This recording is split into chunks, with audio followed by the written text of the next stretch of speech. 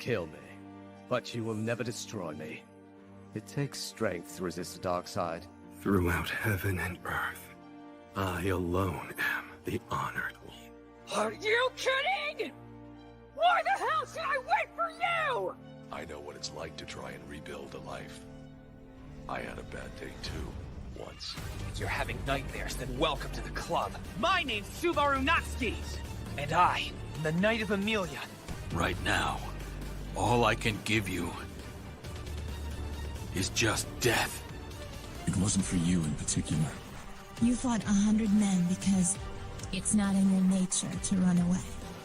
If you are feeling disheartened, that you are somehow not enough, set your heart ablaze.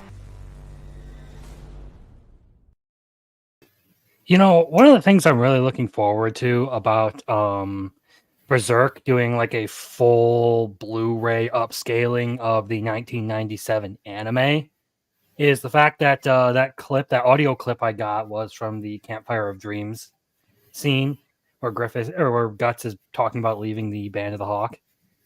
Mm-hmm. There'll probably be a better version of that I can finally use. Because trust me, finding English audio for that clip was not easy for many, many reasons. Or finding a good clip. That was the best I could do. It's always disappointed me. So, welcome to the show. As you can see, I'm the host, Crimson Law. And this guy over here, retarded co-host. Say hello. Hey, whoa. That's pretty offensive to the mentally disabled. I'm way worse than that. Yeah. But anyways, hello. My name is Space Twinkie. Your resident spaz. Dabbing on the haters. Anyways, what do we got? Silence. Be quiet. Nobody likes you. Yeah, I know. I'm just here for my good looks, not my opinions. They're trash anyways. And so are yours. And Chat's too. Yeah, everyone's opinions. All equally trash. Especially some of the people we're going to be talking about today. So on the agenda, we have Netflix Avatar, the Last Gender Bender. Fuck, it's doing this again. Whatever. I'll fix it in a bit. We love it. We have some One Piece bullshit. And One we have Piece. the Suicide Squad, which I am particularly heated about. Just a disclaimer, we are totally professional. And I completely disavow any connection that I have to this guy over here. You're just you hate me because you hate me. I hate you because you're my brother. You hate me because I'm the better looking one. I don't look like Dollar Store Ellen DeGeneres, okay? If I had a nickel for every time I've heard that one. You have 2 nickels, which isn't a lot. 3, actually, 3. But it's strange that it's happened 3 times, you know? Anyways, you mentioned Avatar, so why don't we jump into that, right? I think we have a few small segments to get to first, and that's what I'm going to start working on here. I'm trying to pull up the link to the indie project that I wanted to go over this week. Because I completely forgot that one. I think this might fit into your tastes a bit. So let's go over here. Open up a new tab. I have like 30 tabs open. Paste. Go. Yeah. I heard the downside of having a lot of time to prep streams. My brain hurts whenever I have to have 3 tabs open. Can you stop yourself, please? Mainly because I've got, like I said a couple streams ago, I've got Opera GX, and it just blasts Funky Town.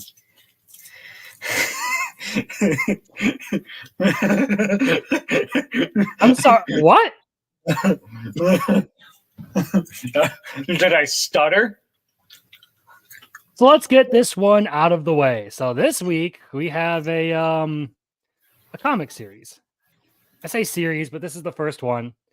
So this is Relentlessly Bullied Hero, and I know exactly where your eyes are right now, Ian.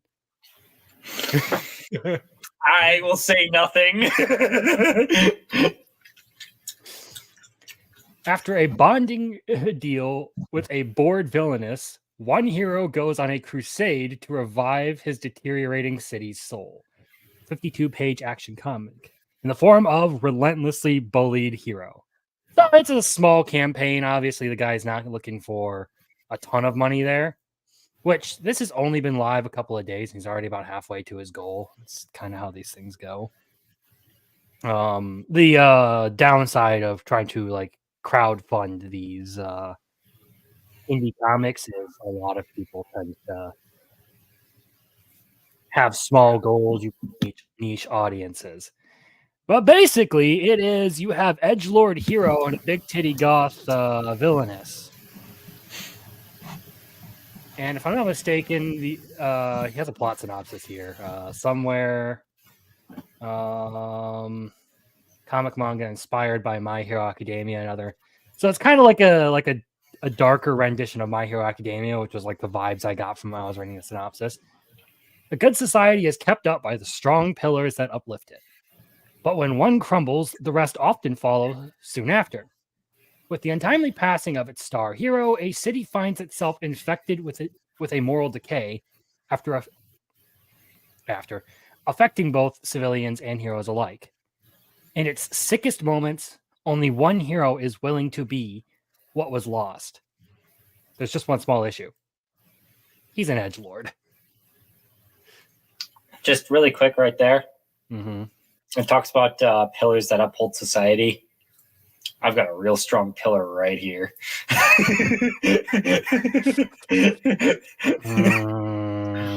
That's okay. I'll do it for you.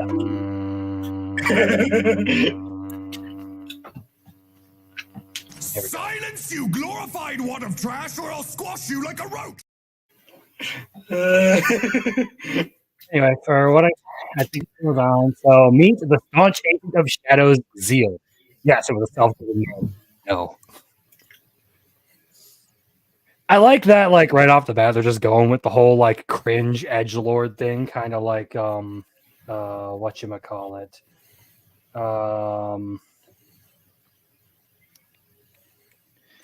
Eminence and Shadow. Except for Shadow's at least like kind of interesting of a character. I shouldn't say that about this because I mean I do like the concept of it. It was along the lines of something I'd already kind of like brainstormed myself, and I want to see what other people do with the same concept. So, one of the new generation of heroes that appeared after the death of the city star hero.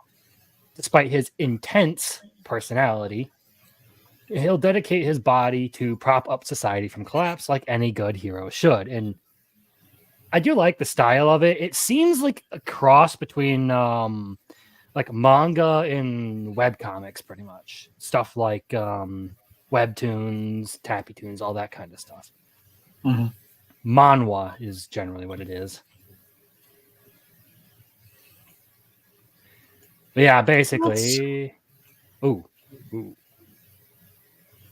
just going to leave it right there for a little while, and I need to turn off my camera here for a second.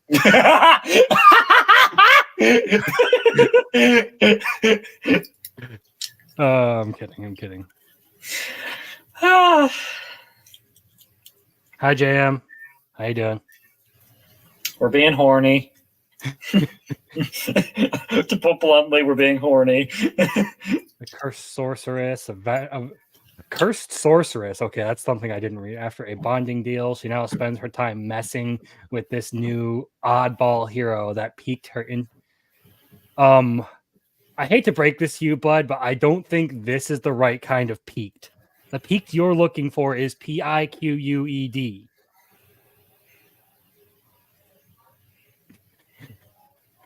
Her interest to satisfy her boredom, much to the annoyance of our main character who can't get rid of her even if he tries. Wait. Hold up. Peaked is PIQUED? Yes. fuck, I've been pronouncing it Pike-Hewed the whole time. I wish I was joking about that too.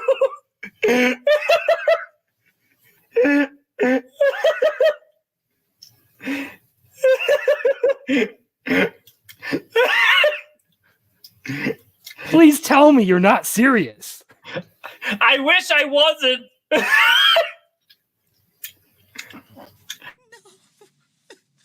Maru realized that no explanation would ever be enough to save him from this humiliation. The misunderstanding was as deep and dark as the gaping pit of despair that swallowed his soul.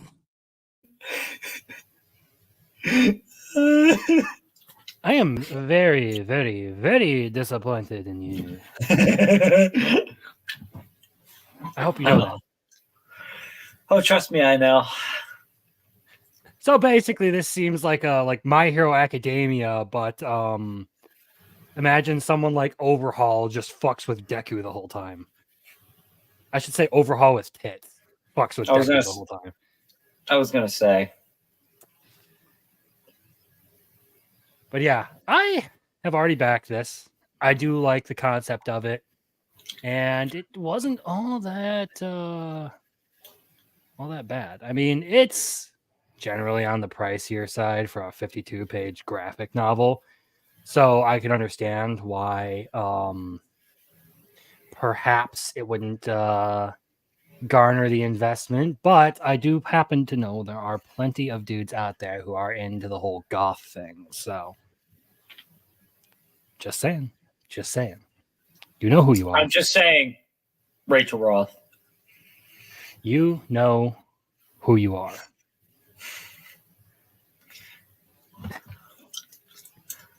So yeah, that's a thing. Have I Pike-Hewed your interest? I'm never gonna live that down. You're never gonna let me live that down, are you? I won't let you live it down until I forget it ever happened. Which is why I need to make a clip out of it so that I don't forget it. Where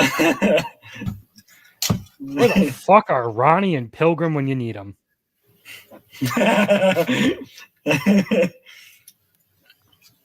Cheers. So, I already threw away my tea bottles, so I can't cheers you. Hanging on to some of these topics, so we're gonna move into just some. We're just gonna keep rolling through some silly stuff. There are 2 songs out that we got to go over. What do we got? Is Divide Music. We're not gonna get into this yet because we have Roland coming on. I want to see what he thinks of some of this stuff. But we have Divide Music's Break You about solo leveling. And we have Fables. I think it's Forsake You. About Sukuna. So interesting stuff. I like both of them. I don't know if they'll be to your taste. They're not as heavy as both their usual stuff. But we are definitely going to have to get to the ending of Forsake You because that one gets really freaking intense. So let's see. There's something in here that I do want to cover. Where is it? That we can go over. I found something interesting. I always like seeing what people do with crossover art and stuff. So we'll just go with this one. Yep. Let's pull this up so it's on the right tab. I'm going to present this. Share screen. Savage Ratchet. Let's go. God of War plus Doom versus Cthulhu. I'm just Doom guy with Kratos' axe. I was gonna say I love Doomslayer with Kratos' axe and Kratos with the freaking Slayer's Claymore. It gets better. Just wait. There's that. Then there's this. Doomslayer is the Chaos Blades. I love it. You're not even paying attention to the foreground here with the minigun. No, I saw it. Kratos can already fuck up gods with just his bare hands. Imagine what he could do with a minigun.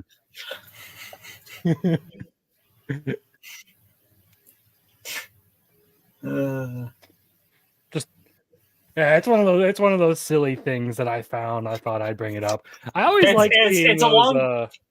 Go ahead. I always like seeing those kinds of things. Like, imagine if you ever feel like you're useless, just remember that these 4 guys have the same job. It's Doomslayer, Tanjiro, Dante. I can't remember. I can never remember. Spawn was in there. Spawn. I think it was Spawn. Yeah. They all kill demons. So yeah, that's always like a bit of a hobby of mine is to find that stuff. Let's see. Do I have anything else? Small topic. I guess we could go into some like fatter and stuff for the week because I was late on my video this week because reasons mostly I procrastinated. I felt that. Yeah. There's that. People were upset with a Korean game company because they fired 2 feminists to make their female character look good. I can bring that up. Want to go over that really quick? Sure. All right. Damn it. Why does it do that? Mother! Duck. There we go. No, Twitter is being a total bastard right now. I keep clicking on the thing, and it sends me all the way back up to the top of my bookmark. Oh, no, this is the wrong one. This is for later. Oops. Let's, where is it? Nope. I just clicked the same one. You see how professional I am? Here we go. We love to see it. What the actual hell is going on here? There we go. Okay, so this is what everyone was talking about at the later end of the week. So basically, if I'm not mistaken, this chick is one of the people who got fired because they worked on Stellar Blade and the company didn't like what they were doing to the character. And it is kind of like a fan servicey, like sword fighting game kind of thing. You know, attractive female character for once. And nobody gave a fuck that nobody gave a fuck that these sorry, I mind just I just got completely derailed. I got distracted by all these comments. Yes, yeah, that's exactly. I need the clip. I need the audio from Chicken Little where it says you have to I am back on track. People didn't give a fuck that this chick got fired. They were just happy to see a game. Or they were just happy to see it happen. Actually, it was kind of funny. Look, I have no problem with like the more moderate feminists who are like, maybe we shouldn't. You look like a moderate feminist. You don't talk like one though.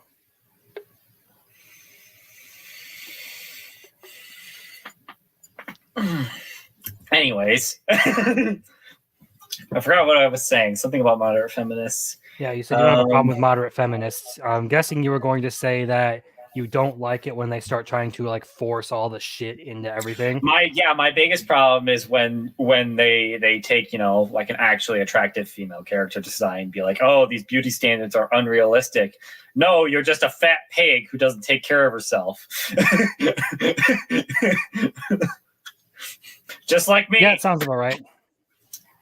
That sounds about right. Dude, you think you got it bad? Dude, like this whole week has shown me that I am way out of shape. Like way out of shape. Yeah. No, A good work day will do that to you. It's been a good work week. But yeah, I mean, look at what they did to Aloy for Horizon Zero Dawn. Altered that character in order to make her look like realistic. Like, first of all, you're in a setting where people are like you're fighting giant robot dinosaurs with bows and arrows because climate change happened and all of humanity got wiped out. So you're a clone created by a machine to repopulate the earth. And you want to complain about realistic depictions of women? Are we just not going to? It's always Are funny we just not going to talk about the porn industry then? I was going to say they talk about like objectifying women in games, but then you'll go and talk about how empowering having an OnlyFans sexual liberation and OnlyFans is. It always like, look, I don't care what you do with your body. Just know that everything you do has a consequence. Yeah. And whether it's now or 50 years from now, it will always catch up with you. Just saying.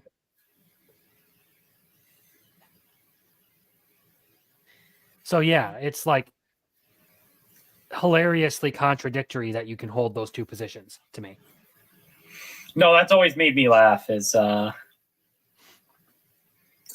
fuck Suicide Represent Squad. the hate Suicide Squad gang.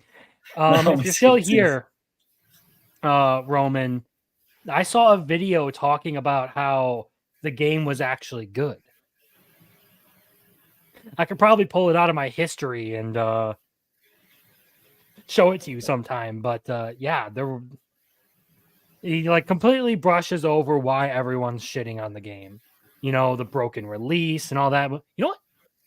We'll get into that later when our other guest shows up. But I got something cool this week. You already know what it is, Twinkie, but I love this. This is the full Monster Hunter World Encyclopedia, and it is glorious. The thing looks like it could stop a 50 BMG. The thing is fucking thick with 4 C's. Oh yeah, dude, this thing is chunky. I'm honestly kind of jealous of that. Not gonna lie. Don't be All right, surprised. Ronnie, since you're so desperate for my attention, I will pay attention to you. Yeah, probably. There's probably a lot of gay shit in your history that Roman would like too. But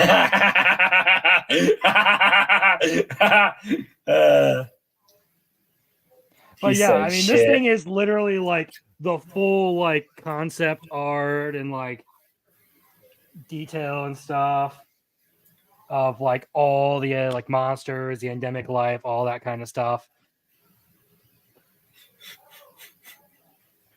You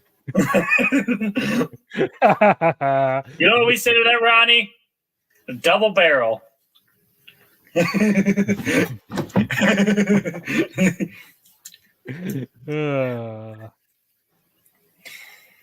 Aren't you a mod here, Daimyo? I'm pretty sure you have a wrench. All right. But yeah, I was really excited to get that this week. Another thing that goes up on the shelf for my collection. I love that game, and I need to get like a better setup so I can start like streaming Monster Hunter World and eventually Monster Hunter Wilds when it comes out, because it will come out on PC.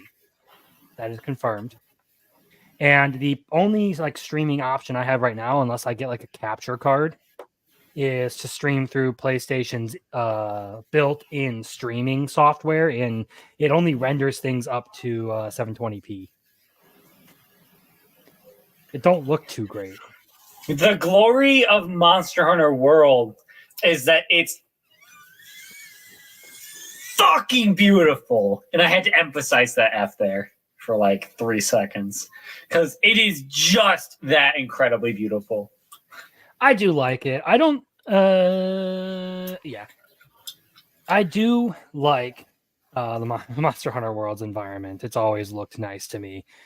I don't like the fact that I still need my scout flies to get around.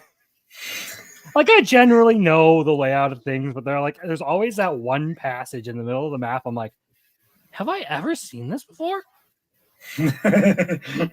Especially when you go to like the ancient forest. Oh yeah, no, the ancient forest is a maze, dude. It is brutal, particularly brutal. So yeah, I might do that Sunday. Just do a little bit of a test stream for Monster Hunter, just through the PlayStation software, because I'll join you. Yeah, sure. Assuming I'm not busy. Mm-hmm. It'll be fun to do a little bit more gaming stuff because I do like to play games just to relax. Mm. And I've been trying to shake the rust off. And trust me, I wasted too many antidotes fighting a Puke. I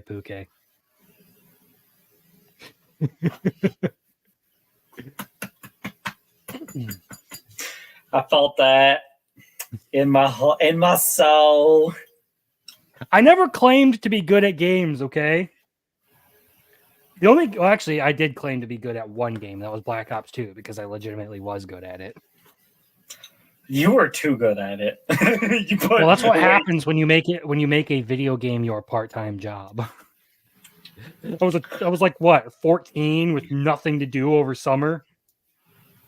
You with Black Ops 2 and me with the Modern Warfare 2, when that came out, I think I had like a 2.0 KD or something like that. Some crazy KD. The new Modern Warfare 2? Yeah. Yay.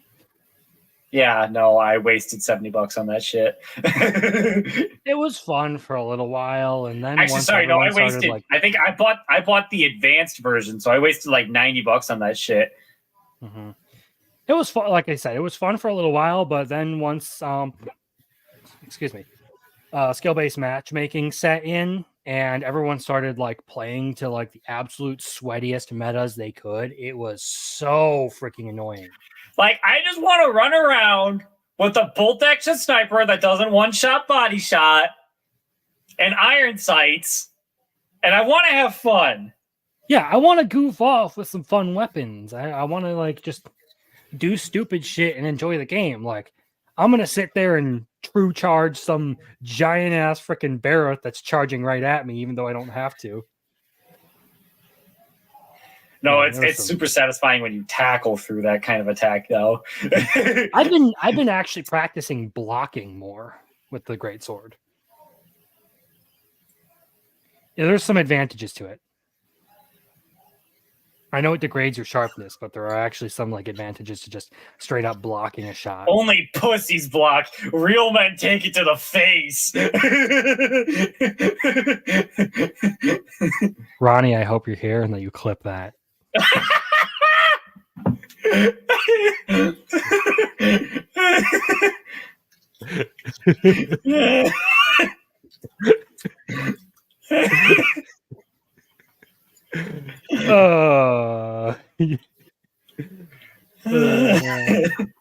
Anyways, yeah, it was quite the interesting. Oh, you know what? I did find some other stuff that I can bring up. That might be interesting to you. Yeah. Oh no, that's the NSFW one. I don't want to go to that one. I'm sorry, what? Yeah, Ronnie got it. Yeah, of course he did.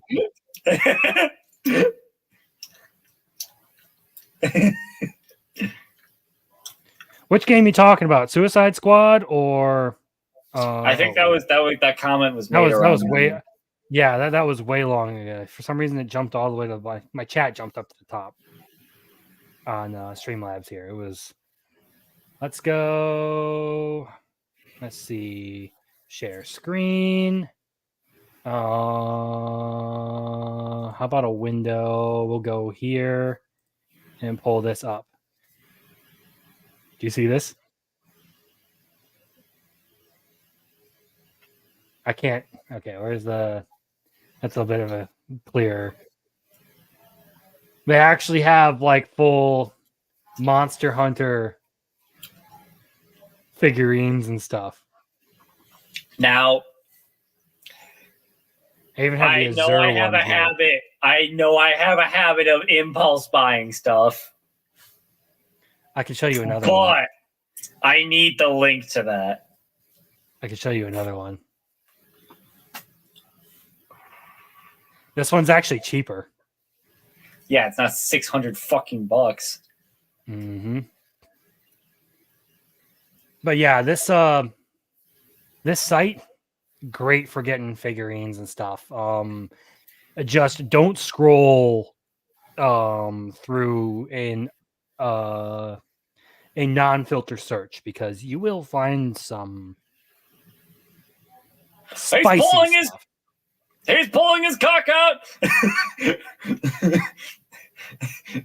I know Ronnie's going to clip the shit out of this because I'm going to say it, but there are legitimately like nude, like Gojo figurines in there, like full, like dick out. Yeah, I wish I could bleach my eyeballs and forget it. Oh, yeah, and that's not the only one, dude. Female Jujutsu Kaisen fans. I like the What male. is wrong with them? Gato too. What's that? Gato too. There's that for Gato as well. Why do all these women with daddy issues slobber over Gojo and Gato? Fatherless behavior. Yes, absolutely. It's but yeah, I mean these two were some of the cool Monster Hunter ones. They don't have a lot, which is kind of unfortunate. But they do have a Velcana. So yeah, like this one's $700. This one's $350. We're gonna get a also it's like a foot tall, by the way. The dimensions on it, it says 335 millimeters, which is 35 centimeters, which is roughly a foot or so. This thing is huge. That's 34 centimeters, Krim. 335? It'll be 33 and a half. Which is 34. Rounded. Not 35, you liar. Oh, did I say 35? Yeah. Oh, okay. Well, then I'm not going to call you stupid for that. I know I'm being semantic about it, but numbers matter. Mm-hmm. You know what I really, really want a figure of? Like one of these kinds of figures? What?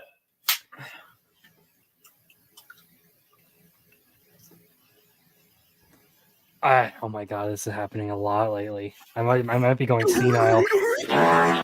Yeah, I had it right on the forefront of my mind. It was a Dodogama. There we go. That's the name. I want a Dodogama. I want a Dodogama figurine, but 1-to-1 scale. Mm-hmm. I want to get some of these like nicer figures. What are the dimensions on that one? On this one, it looks like there's a sheet at the bottom there. This? No, it's just talking about. Here's the dimensions. So 50 centimeters. That's no wonder it's so fucking expensive. That thing's huge. Its width is 85 centimeters and its depth it's got the Palico too, dude. Look at that. Yeah. You get both versions. Oh, you get both versions. No, you can choose which one you want. Oh, so you see here, there's the option for red and blue. So you do. Well, obviously, blue is the better color. Even though your channel name is Crimson Law, and all of the HUD of the stream is red. Oh, he decided to show up. Hey, we're acting like that. Now that now coming. So now that Roland is here, we can move on into the other collectible figurine that I found the other day. I told Caleb about this one, and then he shared some of his information with me, and I warned him not to scroll through the site, and he still did. Understood. This is a 1-to-1 scale. 1-to-1 helmet. Gary, no way. Gary has that. I want it so bad. That thing's like huge. You can get one for $300. Or you can put a down payment of $99.99. Is it sad or is it cool that I'd spend the money on that for a life size $300 for? Oh, dude, I am so fucking tempted, but the issue is like I'm kind of tight on cash right now. So my issue, other than being tight on cash, is I have nowhere to put fucking anything, and I have a whole little nano thing. I can reorganize my shelves a little bit to make that happen, but dude, this thing, not like, a shelf, bro. I'm putting that compared to like a person. Yeah, but that's a hot chick. You don't know how tall she is. She could be like 5 foot. She could be like short. She could be like Shorty Sensei. Put that next to like Jack Reacher. Let me see how big it is. Jack Reacher, but he wears Sauron's helmet the whole time. Like, put it next to like a huge ass dude, or even like Gina Carano. Like, put it next to somebody big. You see, at least choose like really like skinny people for these pictures. So it says, like, give me something. Okay, so 81 centimeters, width 26 centimeters. Oh, there's only 50 of them. They're only making 50 of them. I guess I can understand why, because they're kind of fucking huge. Yeah. But yeah, that's this is from Favor. Okay, yeah, that makes sense. Yeah, this is Favor. I got a couple of other ones that I want to show off. Ian, you won't understand this, but I found the sickest fucking Hunter x Hunter figurine the other day. I'll probably barely understand this, but so this right actually here, I understand exactly what's going on there. Yeah, Gone Freaks Cohen Neferpito. By the way, this is an enemy who even professional hunters didn't want to mess with. All I understood, and Gone just one-shots the guy. Yeah, all I understood out of that sentence was Gone and Freak, and I didn't understand another single thing you said. Gone Freak shots Guantanamo while he goes to Bombay and taps. Gone Freaks in Guantanamo Bay. Basically, this dude scored an instant kill on a enemy that not even professional hunters wanted to like get close to. Not even like some of the most powerful characters in the series introduced in the series wanted to touch this guy. And Gone just insta kills him. Is this shown in the series? Hunter x Hunter, yes. But you can get this, and that whole thing has a LED in it, so it lights up. Bro, that's badass. That's an expensive ass resin, bro. There's the lit up version. Bro. See, here's the thing. If you get versions of stuff like this, there's really easy DIYs how to light it up. Like, really easy. You get the one that's like not lit up because that adds so much more money to it. There's so many ways I've seen people do it for cheap. It just looks so freaking good. And you just get some easy LED battery operated lights that you can replace off of Amazon. Mm-hmm. Or you could just hardwire it directly into your house power. Here's the other one, the other Hunter x Hunter one I saw that I absolutely is that what's his name? Kulua or whatever. Kulua, yeah. The coconut Zoldyck. Whatever the guy with white hair that all my kids I know in school had sweatshirts of. Yeah. Yet another absolutely ridiculous scene. But unfortunately, this one's sold out. I mean, compared to the price on this, I would have actually considered getting that one. Bro. I've seen a lot more T-shirts of Killua than I have of Gon. Yeah, well, Killua is the more popular character. Well, that's right. Same thing. I've seen a lot more Sasuke shirts than I have Naruto shirts. That's for sure. I would show. I think it's this one. But it may get it may get this stream taken down and get me a strike. So maybe we'll save it for the end. What is it? Name? Menthuthuyopi X? Montutu Yuppie. Yeah, dude. Hunter x Hunter Yeah, names. that's how that's fucked. spelled. No, Hunter x Hunter names are like retarded. So how do you get Montutu Yopi out of that? How do you get that? Japan. Yes, but why in English do they translate it that way? If it's pronounced in Japan, Montutu Yopi, why are you putting Methu Thopi? Like, what are you doing? It has to. I don't look. It has to do with localization. I think it was mostly because they used foreign names, so it was likely written with as like a loan word. So they probably took some inspiration from other languages when translating that into English and choosing a spelling. But you said you wanted the link to the Sauron helmet. Oh, I wanted it. I mean, someone asked for a link for something.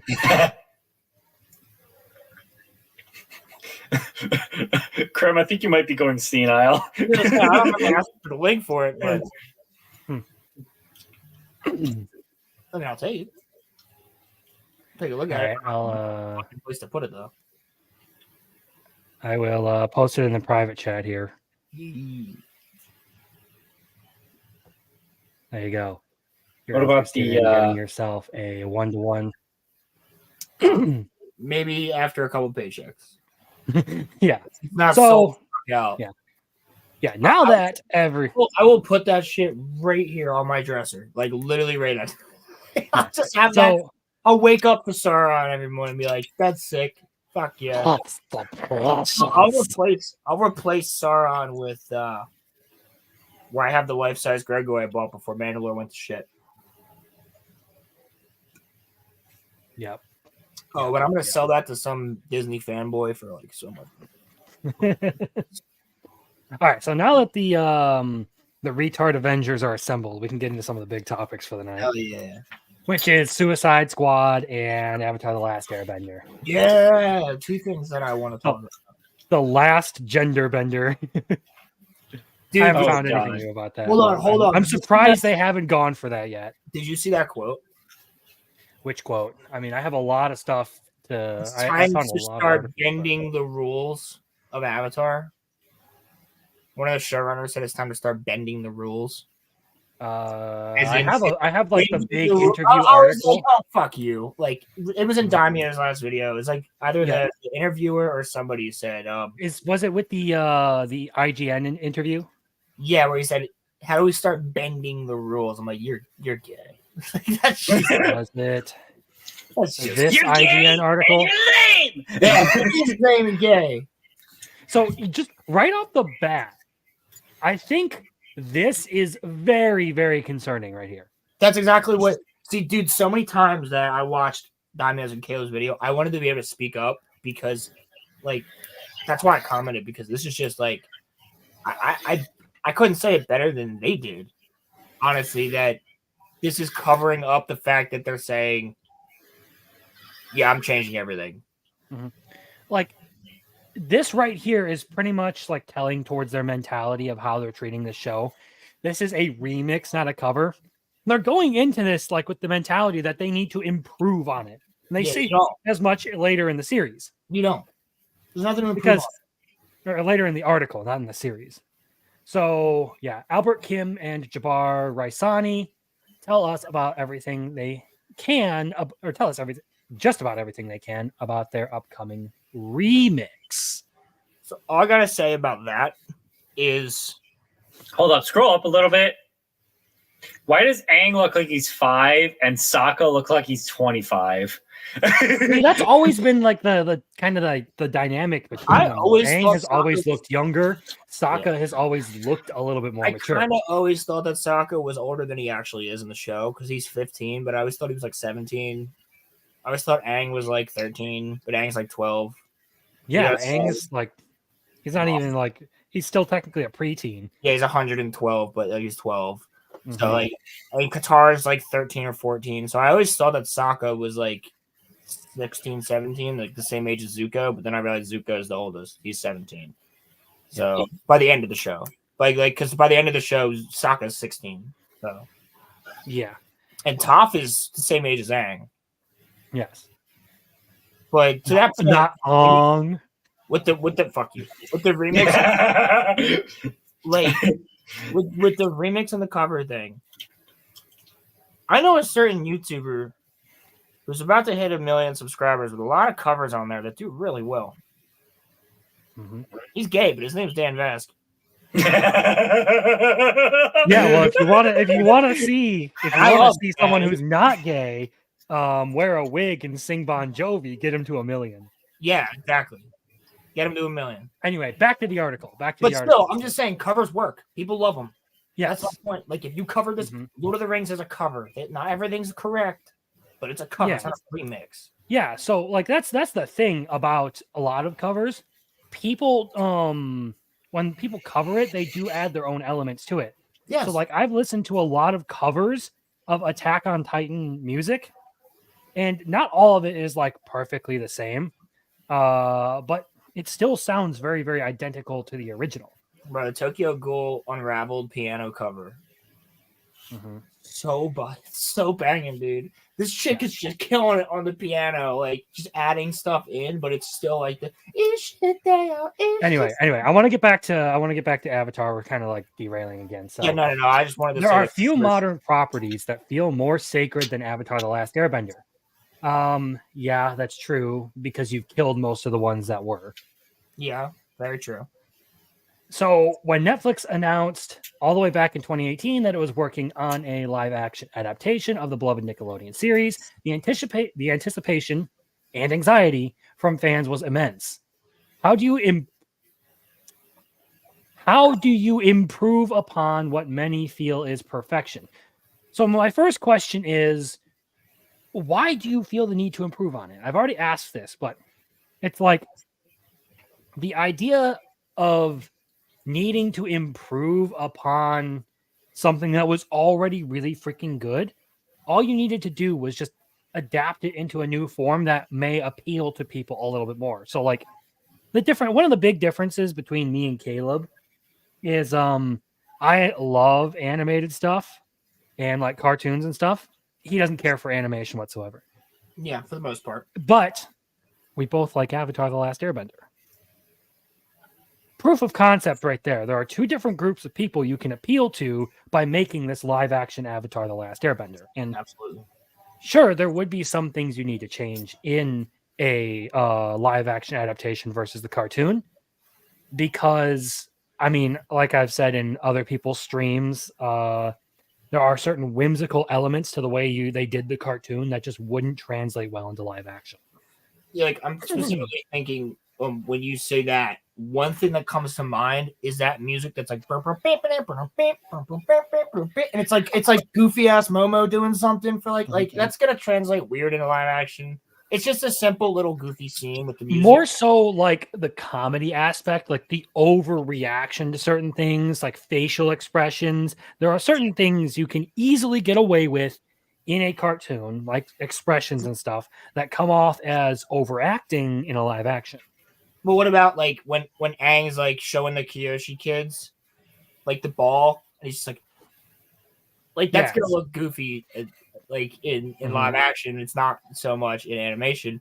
Whereas other things might translate better to live action than they would animation, like the emotional scenes and stuff like that. Which I can see certain scenes really translating if the actors are good enough to convey those emotional scenes. Like I'm talking down the line, but if we get to like season 2, What Happens to Jet, or season 3 with Katara and Zuko's mission where she chooses not to kill the guy. Like that's those intense, gritty moments will probably carry over very, very well in live action. That's what I'm saying, because you're seeing, no matter what, if that hit you when you were watching an animation, as a human being, it's generally going to hit you because you're seeing another human being. That's just a psychological fact. Yeah. And we're probably not going to go over all this article, but I do want to cover like certain parts of it. Yeah. So the approach, according to the showrunner and executive producer, director, VFX supervisor, you change it up. Again, why do you need to change it up? It was already good. The only thing you need to do is just take out the elements that don't work very well in live action. What's up, Hi, dog? How you doing? Hey, buddy. It's like you're gonna advance your career because that's really what it's about. It's like proving like who they are. You're gonna advance your career a whole lot more by trying to be as faithful as possible to the source material and satisfying fans and making tons of money. More so than if you would just like change it up and do something new and try to do your own thing and prove that like you're all this and all that creative. Look at what Peter Jackson did with the greatest films ever made. That's what I was gonna say. Is like when you started talking about that, I'm like, what about Peter Jackson? It's like it's so many things that you do have a lot of people that not just Peter, but there is a lot of directors, a lot of people out there that genuinely care about said source material that they're working on. It's not always up to them. That's the problem. Like you also have Henry Cavill, where no matter how many times he pushed back, he had to just quit because they wouldn't stop doing what they're trying to do to The Witcher. So it's the same thing with a lot of these directors. I mean, you have some directors that come in with truly great ideas. Like I know there's a controversy around it, and I don't want to dwell on it, but if we had gotten Colin Trevorrow's script for The Last Jedi, it would have been fucking better. We all know that. Like, or not The Last Jedi, the Rise of Skywalker. It would have been better. And they will apparently Last Jedi and Rise of Skywalker, a dog shitting on a piece of paper would have been better than both of those. Apparently, George Lucas, before when he sold Star Wars to Disney, you're right. had the episodes already scripted. Yeah, but the new directors came in and were like, nah, we don't want this. Yeah, no, it's very true. Jar Jar fucking Abrams. Would there have been backlash? You can tell who doesn't watch Nerdrotic and Drinker. Yeah, I was gonna say you can tell who doesn't. But would there be some kind of backlash if George's movies weren't as good, but they were still written by George? Yeah, but people would at least be able to go, at least George Lucas was still written them. They would be still more mad at Disney than they would George because George isn't involved. He just wrote them and Disney interpreted them. Yeah. Whereas, and the issue is George had already kind of shown like his creative hand with the prequels. They were not the best of movies if you like evaluate them critically. They were full of flaws. Episode 2 was one of my least favorite Star Wars movies until the prequel or the sequel trilogy released. Yeah, but you can't because it was slow and boring, and Anakin was a creepy twat the whole time. Yeah, but episode 2 also has a lot of bangers. Like the whole third act. That's the same thing I say about. I think by Revenge of the Sith he figured it out. But in the Phantom Menace, you have a banger in like middle of it. I'm sorry to interrupt you, but this got me.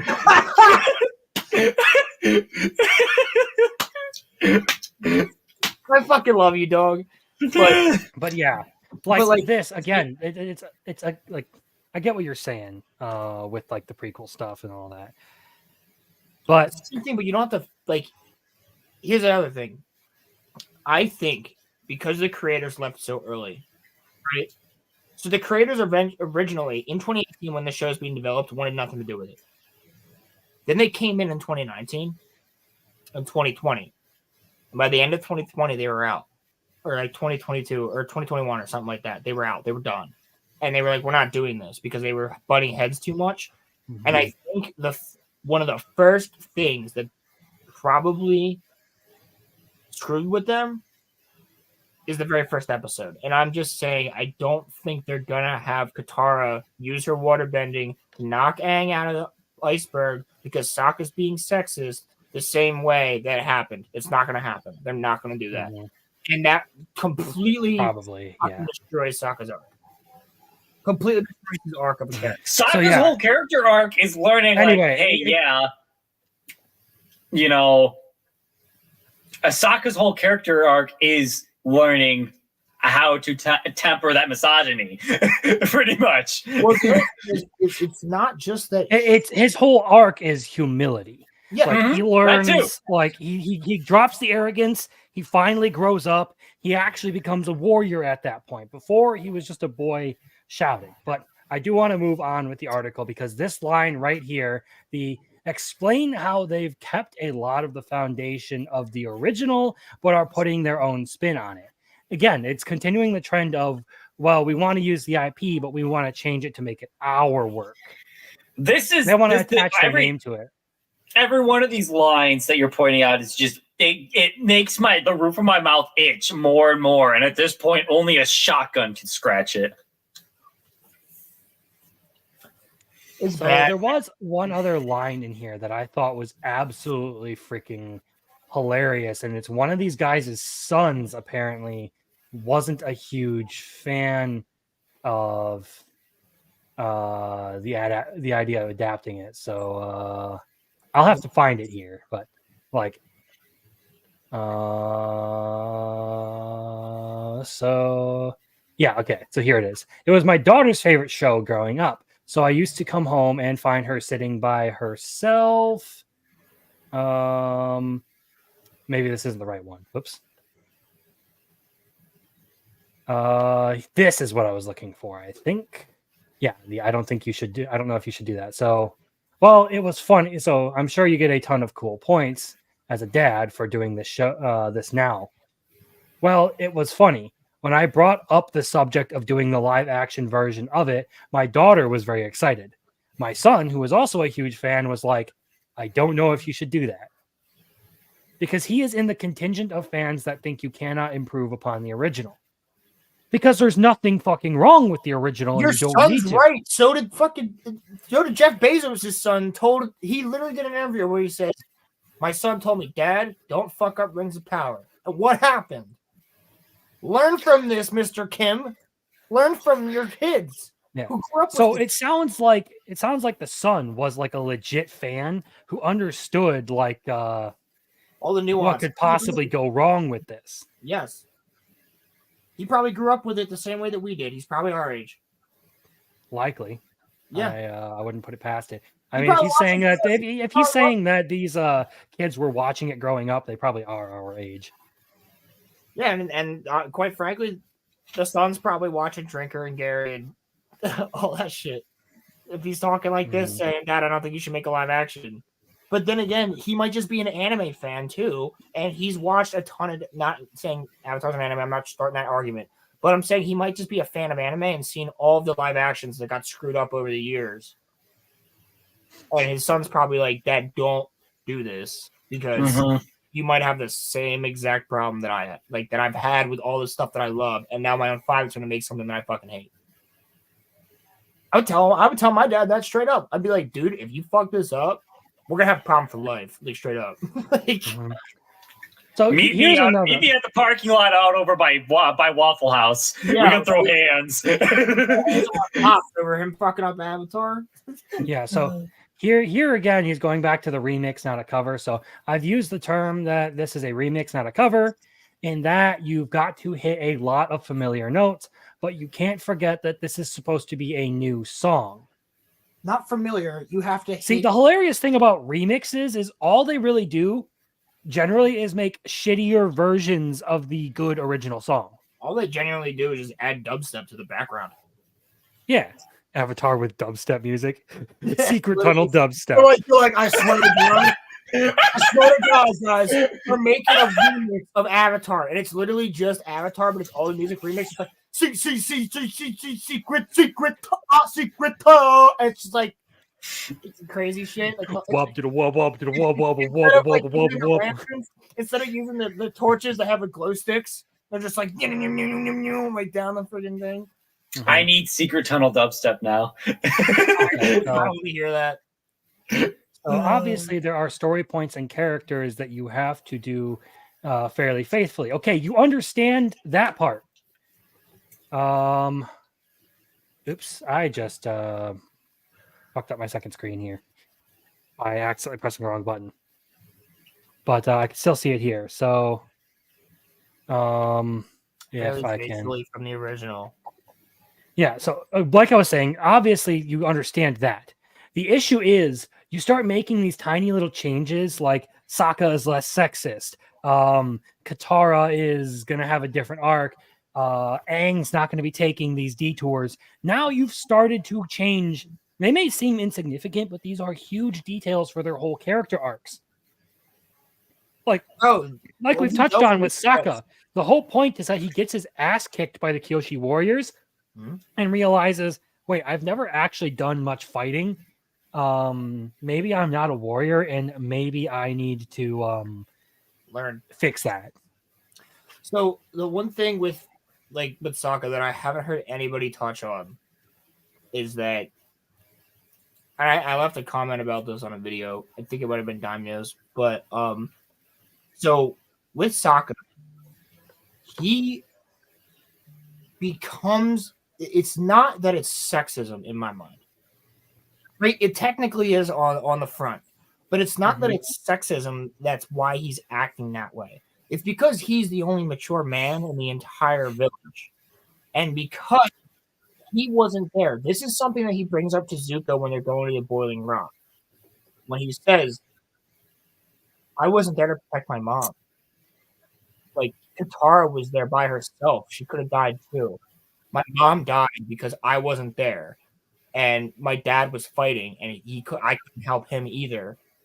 And then my dad had to go to war. And my mom was dead.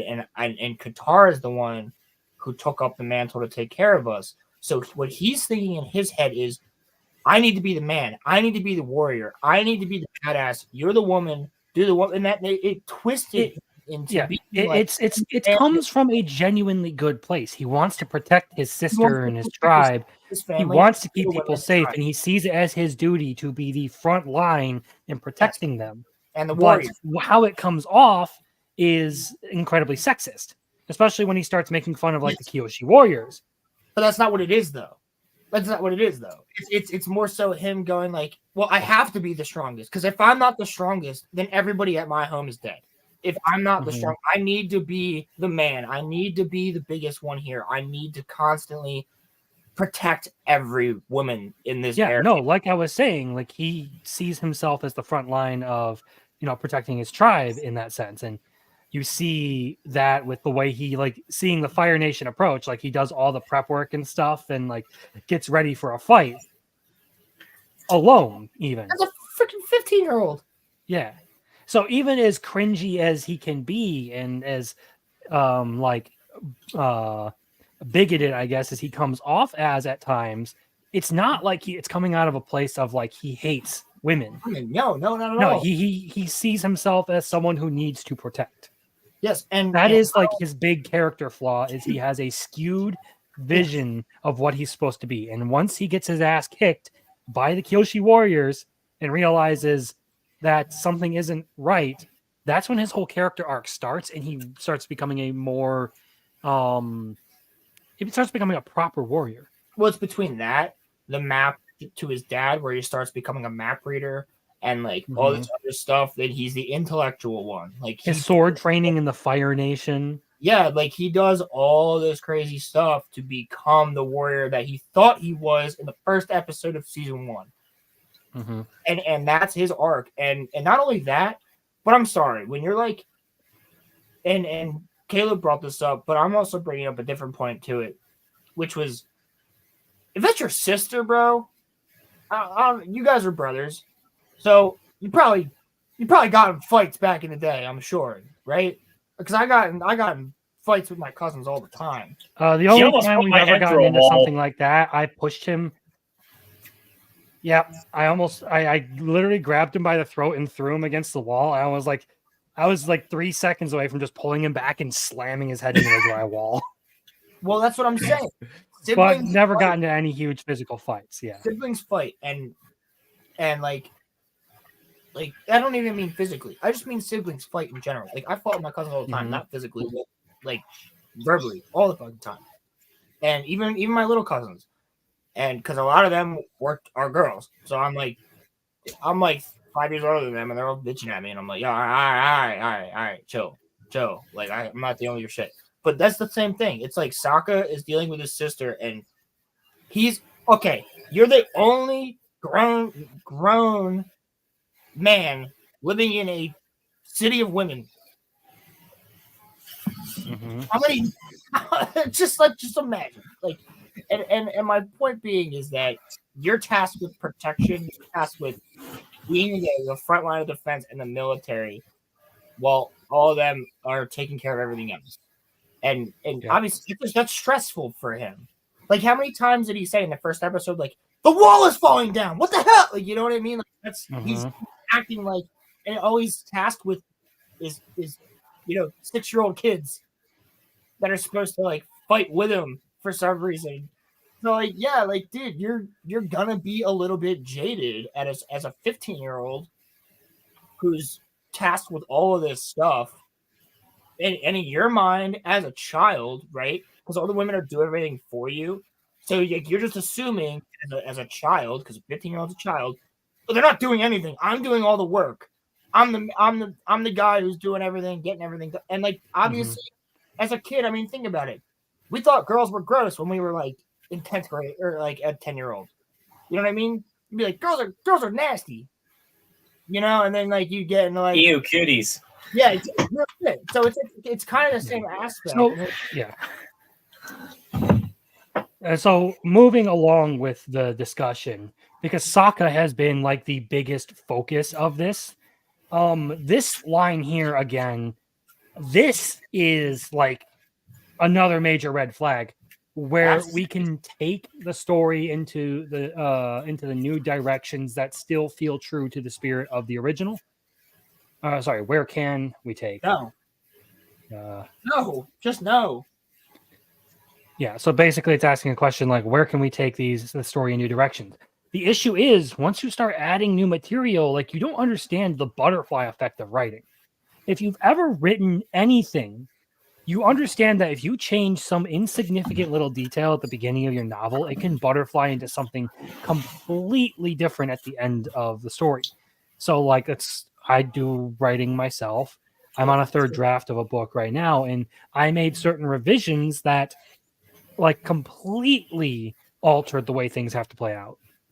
Yeah, then you have to change everything else afterwards. It's just what happens. I mean, I've done the same thing. I thought I had my whole like first arc written and ready to go, and then I was like, oh wait, I just had a dream and I woke up with a really good idea. So then I had to go back, change something, which said maybe I had to change everything else. That's why it takes so long to write a book, people. See, here's another thing is like, we didn't see the Agni Kai between Ozai and Zuko. Yeah, we did. And from what I understand, Ozai just whooped his ass in one hit. No, you see it. You don't see Ozai's face. You see it. You see Zuko go, "Father, please!" And then you just see fire hit him. And then you see Azula and Zhao are like, and Iroh's like, that's it. So that's the problem. Because the other thing that they mention in here is that they want to bring Azula in. No. Do it the same way. It worked fine the first time. Because they actually show her in her outfit from what I believe is the Agni Kai when she's there watching. But the funny thing about all of this is these writers, I've kind of started like referring to them as fictional vegans. They like the they love the idea of meat, but they don't actually want to eat it. They just want something to replace the meat. It looks like meat. Okay. You need to trademark that right the fuck now, bro. I swear to God, Crimson, you need to trademark fictional vegans. Fictional vegans. Oh, God, dude. That's gonna be like the message, or like stuff like calling them fictional vegans. It's exactly what they are. Yeah, no, like I said, they want to replace the meat with something that looks like meat and tastes like meat, but isn't actually meat. It's a fraud. It's an imposter. It's less healthy and less satisfying.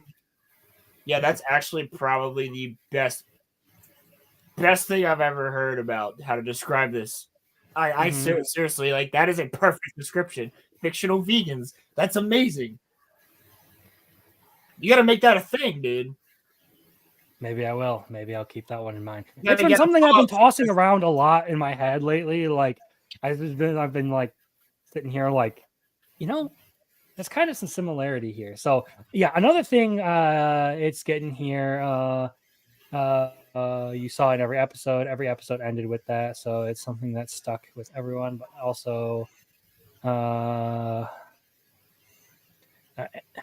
where is it? It gets across as very important.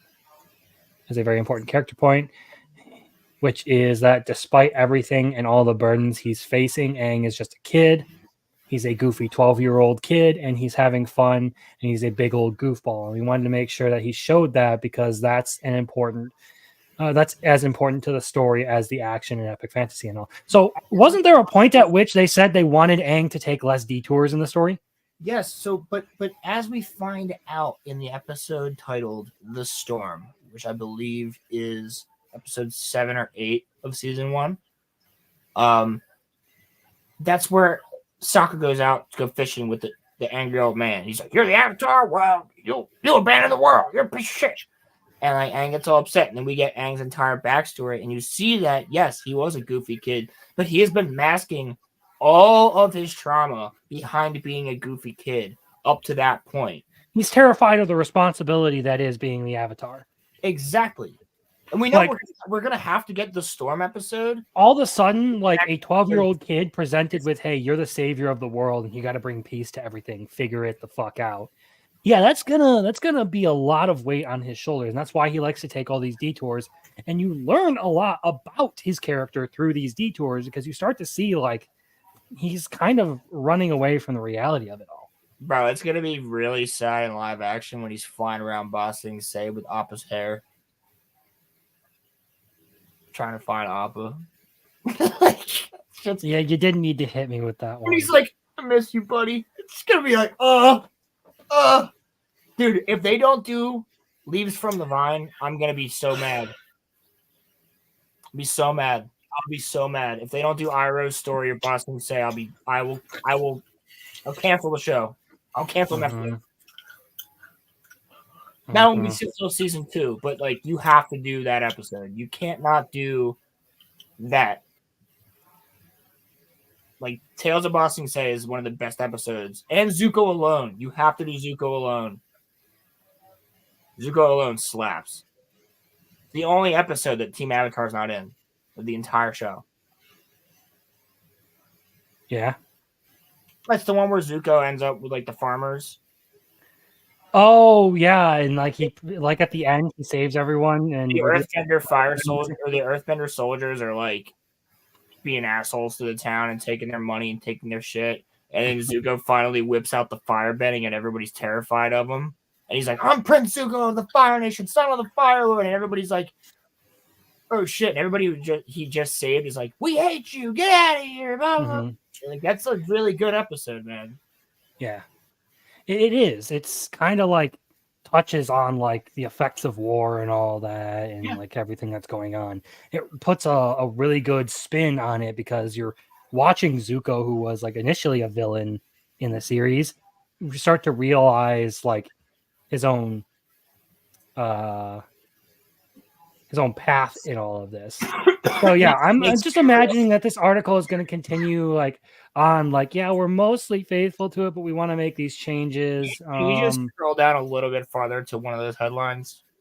It's not nailing down the characters, but there's one down. Tell me when to stop. I will. There's Azula. Let's see. I mean, you know more about the background for Zuko, why he's doing. No, you fucking don't. And set that in the context of his family dynamics. It does that really well in the original. What the fuck are you talking about? It's the next one, I think. The next one? No, it's not the VFX. When you're trying to do things that are against the laws of physics. No. Maybe it's a little bit lower. No.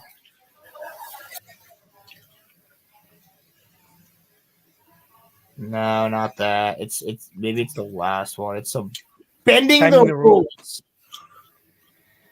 To those narrative liberties, was there anything in particular where you were like, no, this is set in stone, this can't change? There's a lot of things like that, starting with the characters. I mean, the characters, we had to dimensional. What the fuck does that even mean? But there are certain core, I would say that there's a core DNA to the characters that you don't want to mess with, whether it's Aang, like I said, his childlike goofiness, his sense of humor, the burden of his responsibility, Sokka with his humor and pragmatic outlook on life. No, that's not the part of Sokka you don't alter. The part of Sokka you don't alter is his whole character arc. Katara's warmth and optimism, those things had to carry through into our vision. So you start with the characters and you say, what's the essence of the character that got a big change? Sokka's sexism and arrogance. And what's the room where we can expand it a little more? The cartoon, for as great as it was 15 years ago. And so things have changed. Fuck you! Literally, the cartoon was made for adults and kids at that time. Because guess what? Parents were watching that show just as much as kids were. And they loved it. And they got something out of it. Hey. Imagine this one. We'll get to that in a second. But my point, real quick. Real quick. Shad brought this up. And he goes, don't you find it funny that now we have to dumb down an adaptation of a children's cartoon for adults at this point in time? We have to dumb down sexism that was in a children's cartoon for fucking adults? Yeah, that is actually fucking ridiculous. But that's the world we live in, dude. That adults can't handle stuff that kids handled back in 2004. Yeah. So see this line. Now listen to this. Griffith's an asshole. Yeah, no, he kind of is. That's the fucking point, you twat. Yeah, he's a dickhead. Like, Sokka's supposed to be an asshole in the beginning because he has a character flaw he needs to overcome. Did you say Griffith? You said Griffith. You said Griffith's an asshole, and I said, yeah. Yeah, that's what I said. I was being intentional with it. Oh, I was like, I thought you were like reading. No, placing Sokka's name in this is Griffith. Why are you clowning me? I did that intentionally. No, we thought your brain just went to like. I had my button on the aneurysm button. No. My point was like both characters are what they are intentionally. Like Griffith is just straight up one of the most inhumane pieces of shit characters ever written. He's supposed to be like that. He is literally a representation of. So we had to guard against that kind of stuff? Are you serious? Dude, and not only that, but would that same guy go, my friend just watched it for the first time, and she's like, why are people so fucking soft? Yeah, right?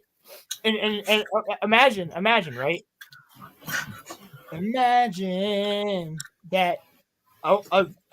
He goes, my friend just watched it for the first time, and he's like, Katara's kind of a bitch sometimes.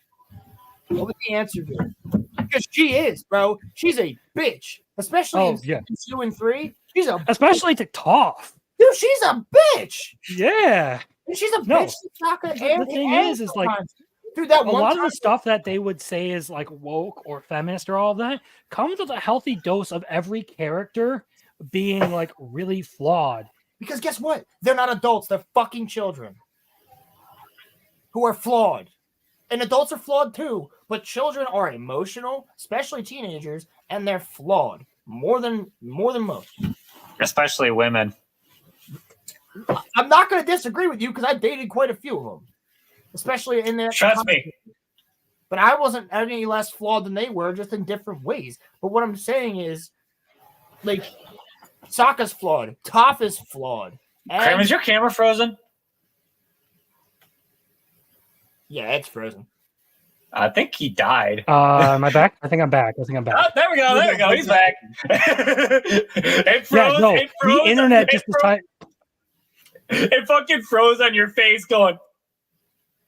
Yeah, I figured. No, you guys were frozen on my end with derpy ass looks.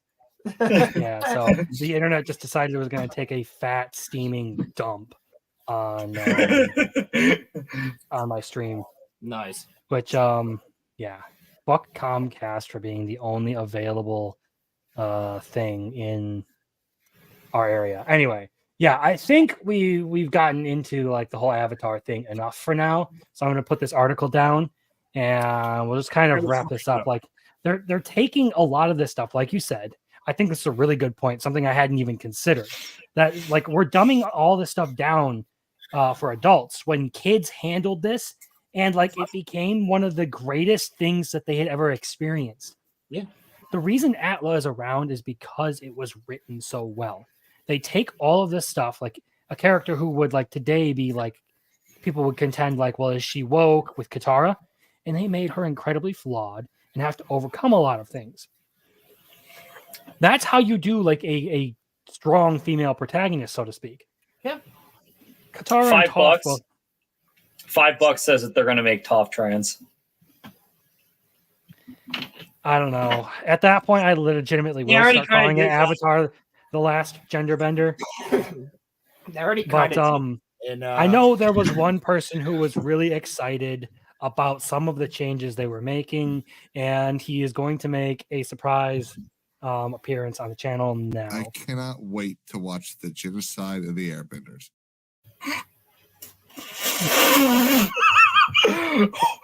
Oh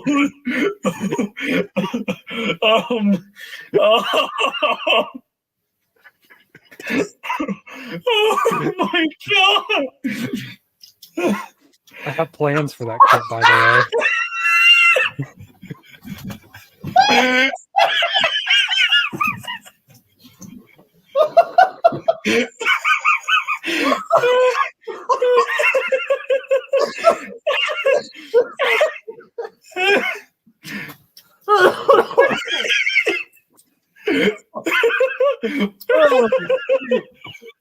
I forgot he said that. Was I was either there for that. Okay, so for context, King's Advisors and the Gatekeeper's Daimyo were having a discussion on this, and Caleb, who you heard, King's Advisors, said he was making fun of Daimyo for talking about how he was excited that they were going to actually like show the battle at the Air Temple. So that's what Caleb quoted and said is the quote of the night. And I just happened to clip that and cut everything out but what I wanted. Well, and I have plans for that clip, by the way. I am going to do something great with that. I'm just as excited for that as I was during Revenge of the Sith Order 66. Like, I want to see how it went down. It's not that I want to see a ton of airbenders get killed. I want to see how it went down. Yeah. Like, what happened? How did they invade a thing that you can only get to through air? Like, how do they get up there? How do they kill them all? Like, what happened? How do they get there? How do they traverse that entire area to get there? Well, they say that in the show. They used airships. They didn't have airships yet. They didn't have airships at that period. No, the Mechanist created it. The Mechanist was the one who created airships, so they didn't have airships yet. Mm-hmm. Anyway, the issue, like the more, it looked good at first, but the more and more they talk about these things, the more and more we see these little red flags popping up everywhere.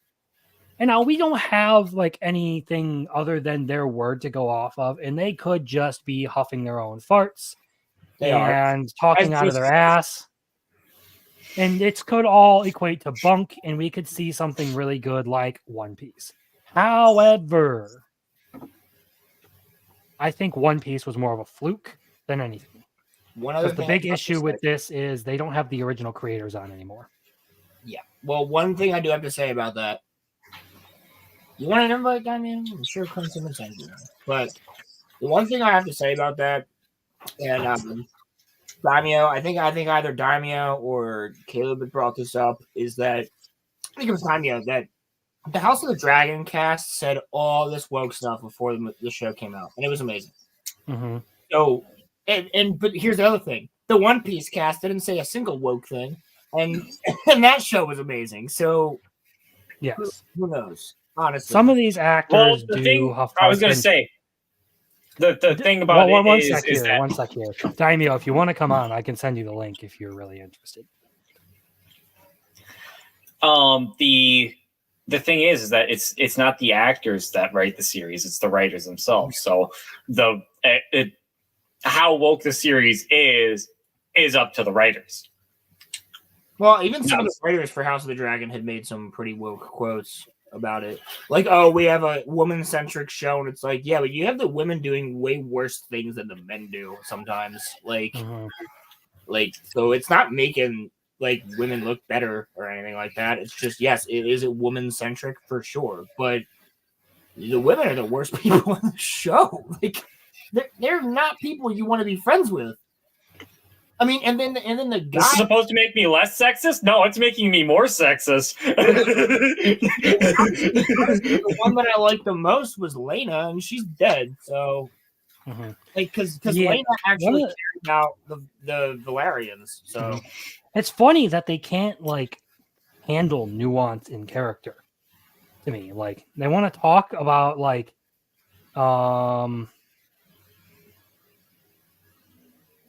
yeah, I figured, but I like talking with you. I think we're good friends at this point, and yeah. I'd shoot you an invite if you ever wanted to come on. I hate you. anyway, like their inability to handle nuance in characters now, like one of the reasons like Atla was so popular was again because all the characters were well constructed. They all had their flaws they had to overcome.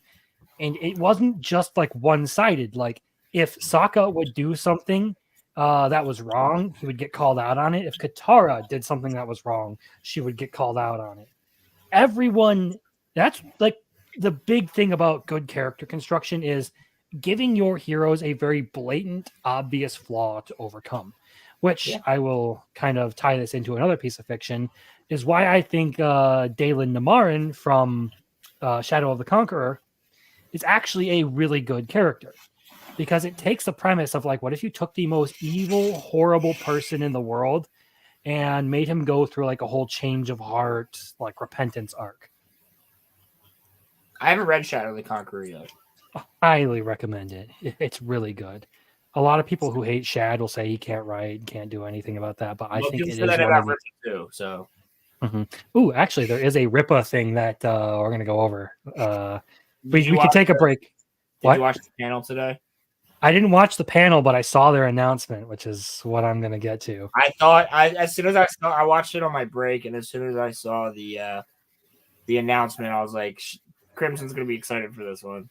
Yeah, so I think we'll roll on. Crimson is an Eric stand, so I'm not an Eric. Look, I gave ISOM a 7. And said it could use a lot of work still. And that was like one that Eric July did directly. I like the concept. Or a year ago, a year and a half ago? I saw one. Not sure. I think it might be in my likes here. I might have to look it up on the YouTubes or something. Go to Rippaverses. I think ISOM 1 was like 2 years ago, and ISOM 2 just came out. Here we go. Let's see if I can share this. Present, share. Will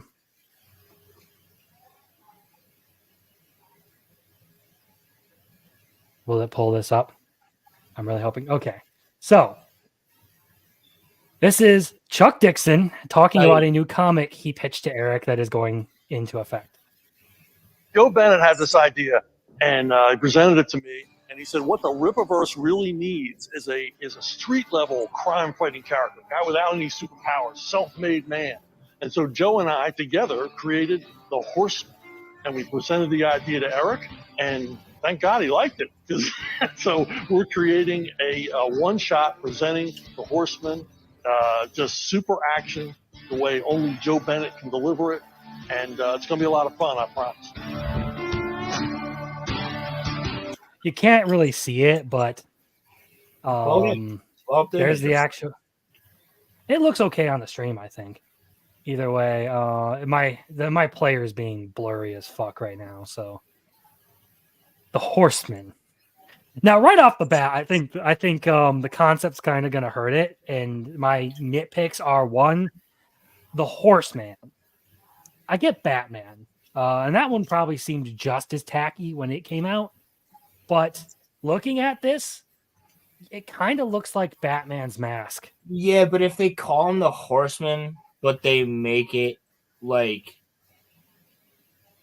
like he's like something with like he believe like it doesn't even have to be supernatural. It doesn't have to have any powers. But no, he's not going to. That's what they were. Yeah, that's what I'm saying. Like, make so him what's his big origin story? Did he fall down a well and get scared by a stampede of horses? Well, no. What I'm saying is, like, maybe he's religious and he believes he's the four horsemen. I'm still going to check it out. I still got to do my Alpha Core review, which I'm going to be doing some more indie review stuff here in the near future. Probably going to like do some short stuff. Either way, the Horseman, I will check it out. It has me interested, but right now my big concern is like, how good is it actually going to be? Is it just going to be like a Batman or Daredevil knockoff? We'll see. I'm genuinely concerned about this one. My concerns came afterwards because there were certain things about it that I just didn't care for. Alpha Core, I don't really have any concerns whatsoever. I really love that series. This one, I'm concerned up front, and maybe I'll be relieved on the back end. What I'm seeing from the Horseman, I can relieve you on the back end. That's your brother you're talking about. Oh, Ronnie's gonna clip that. I know he is.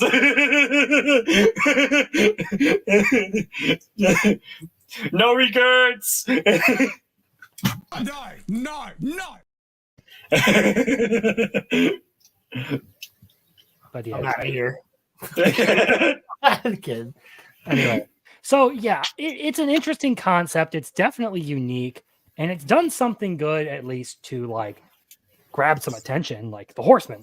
Okay, and the way they're pronouncing it, he's calling it the Horseman, not the Horseman. Damio, stop talking about other stuff in our chat. Ban him! Ban the cow! What's dog? Anyway, you have his number. So it sounds like they're going for a little bit different take than just like, oh, well, I'm going to theme myself after a horse. No, they're going like, I think they're talking about a rider. So your idea of like the four horsemen probably sounds correct. Or something like, I'm going to ride up on you and enact justice kind of thing. I wonder where they're going with it. And the more I think about this, the more I'm intrigued by it. The more I think about it, the more I think is he sees himself as all four of the horsemen. That's just what I'm thinking. That's just like my opinion. Mm-hmm. And like he'll have different stuff depending. Like or he might have guns. Well, he might be using other stuff. Like famine, he might be pestilence and famine are the same thing, aren't they? In that like that thing, but it's like war, death. Like he'll have all these different ones. It's war, death, famine, and pestilence. They're four separate entities. I don't know whose laugh you're talking about. Yeah, whose laugh are you talking about? Oh, knows my laugh. Talking about this guy's laugh.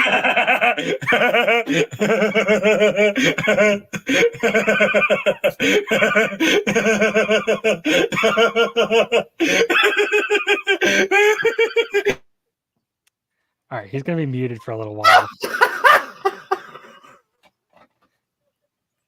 I don't know if you can hear him, but he's literally wheezing right now. He's fucking dying. I can see him fucking dying, yo. All right. So yeah, there's the Horseman, which I'm glad to see. They have a lot of stuff coming for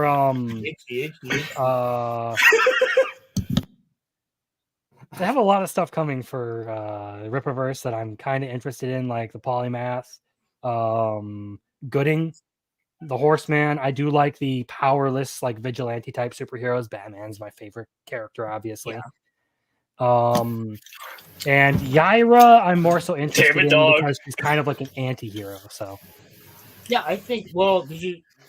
I'm not gonna say anything. Watch the Rippaverse panel today because people had some questions similar to what you're asking right now, and I would have, but like I was crunching. I was burning the candle at both ends. I had work till noon, and then I had to finish up today's video, and that took me until about 4:30.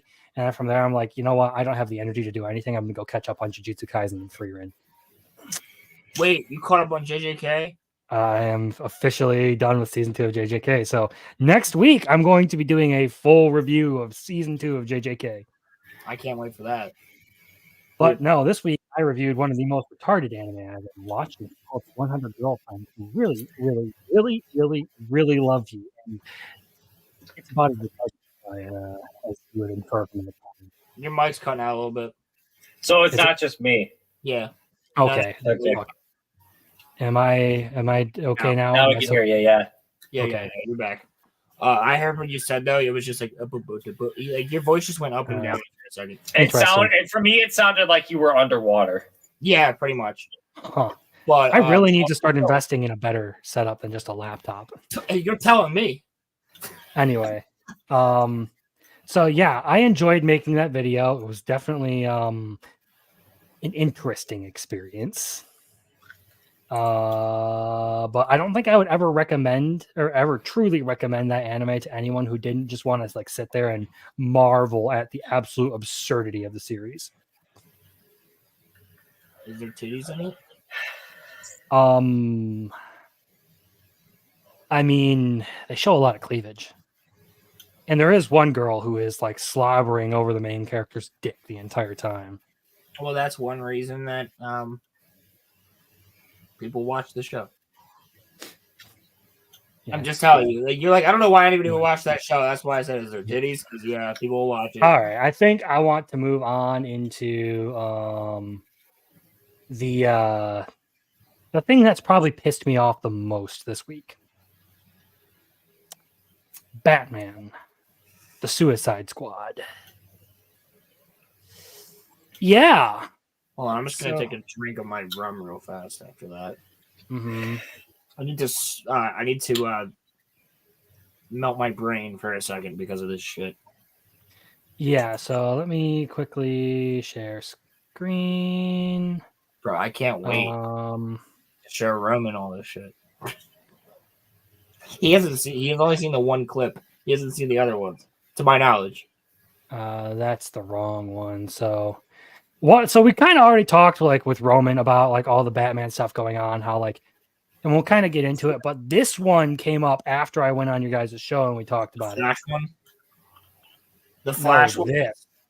The dossiers on the characters. Oh my god, I didn't get to see all of these. Wait, what does Wonder Woman look like? Is Wonder Woman... Alright, I don't want to say it like this, but like, does she not have long hair? She does. You can see it in the back there. It's kind of long. What the fuck does she look like? She doesn't. Either way, let me read these two dossiers, then we can get into all this. Okay, so this is Lex Luthor talking about both these characters, if these are real, by the way. I am prone to wild imaginings. As a man of science, speculation is how my brain finds leisure and the closest thing it knows to play.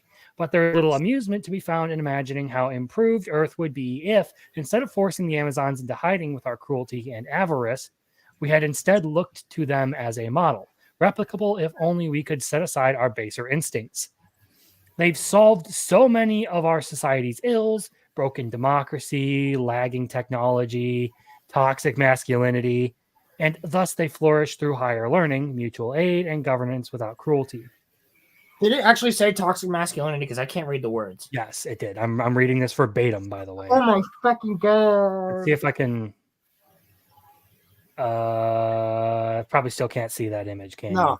I believe I can't see it, but I believe you. I can literally I can send this. I believe you, but the fact. Yeah, I'm literally full screen and I can't see it. Yeah, so I'm going to continue along with it. They are a golden society who deserve to be as secret as they are. Enter Wonder Woman, so named, I assume, because one wonders why a woman of her caliber and ancestry would leave paradise to play in the mud with us. Okay, that's what.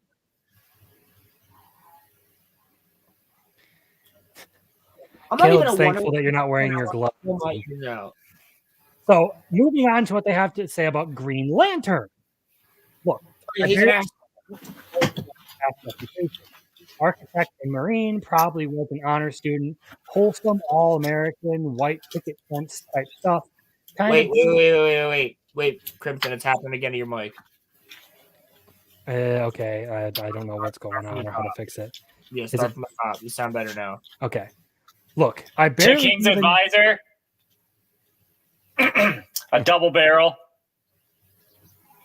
You got to get in front of the camera more, yeah. I don't see Kings Divided. Okay. YouTube does that sometimes. It's retarded. Look, I barely even know the guy past reputation. Architect and Marine, probably was an honor student, a wholesome all-American white picket fence kind of stuff. The guy that makes you think, oh, one of the good ones. We'll get to that line. That's before getting some alien jewelry and becoming a space cop. Shouldn't he have been on, like, Mars or something? Some distant planet, not in Gotham, interrupting my business. This is Harley Quinn talking about Green Lantern. Man, I don't know what you want me to say here. I guess he's a good role model for the kids if you want your kids to grow up being know-it-all narcs. That's what they had to say about Green. That's what the writers had to say in the dossier about John Stewart, the Green Lantern. So we already know about like the all the deaths of the Justice League. Wonder Woman is the only one who doesn't get brainwashed by Brainiac. You have to kill all the guys, and Superman kills Wonder Woman.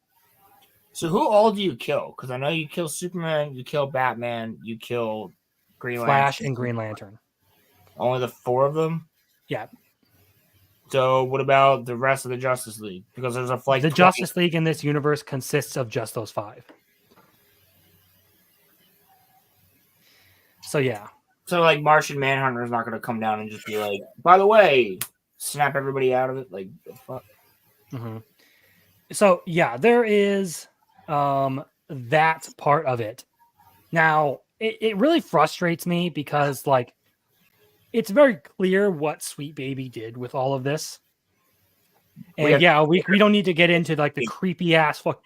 Although we have to be clear, Sweet Baby Inc., the video game company, don't just say it's kind of weird what Sweet Baby did with this. Like Sweet Baby Inc., the video. Yeah, that one's probably gonna get used against me, isn't it? Yeah. Okay, so it's weird that creepy ass company, Sweet Baby Inc., would go out of their way and do this. We don't need to get into them because that's been covered to shit. Same with like Batman's death scene, but I do want to bring up part of it. There's more to that scene after too. Yeah, I don't really want to watch it, but like I kind of want to show you. Like I'm gonna show how like unceremoniously they send off Kevin Conroy's Arkham vs. Batman. Proceed. Even when you're still too good. You had a good run, Brucey. Flying around Gotham, punching bad guys, cleaning up the streets, causing long-term mental and emotional damage to everyone you knew. It's our turn now. After all we've been through. Oh. Bet you didn't think it'd be me at the end, huh, Ben? Are we done with your bad stand-up routine? Almost. But you always gotta end on the best joke.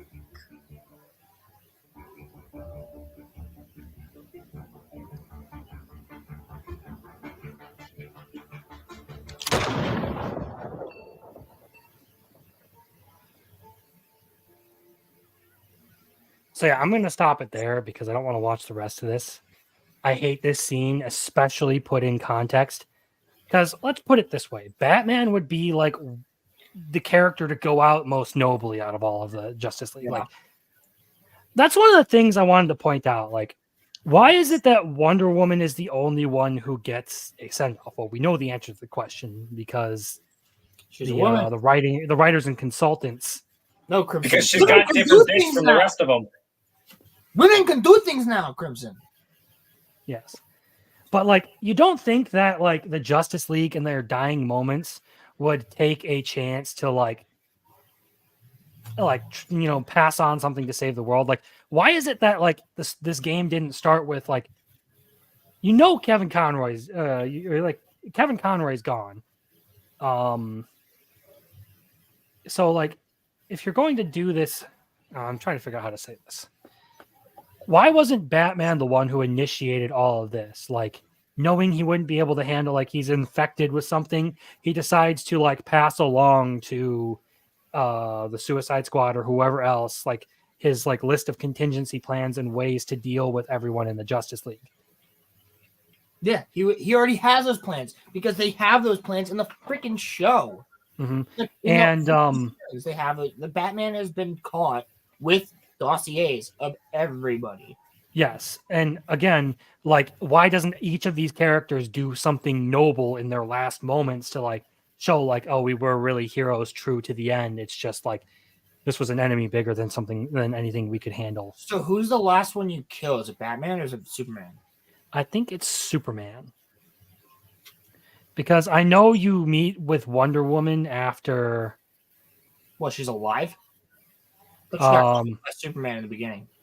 No, I think what happens is basically Wonder Woman saves you from the Flash because it's the only way the Suicide Squad would ever survive an encounter with the Flash. Yeah.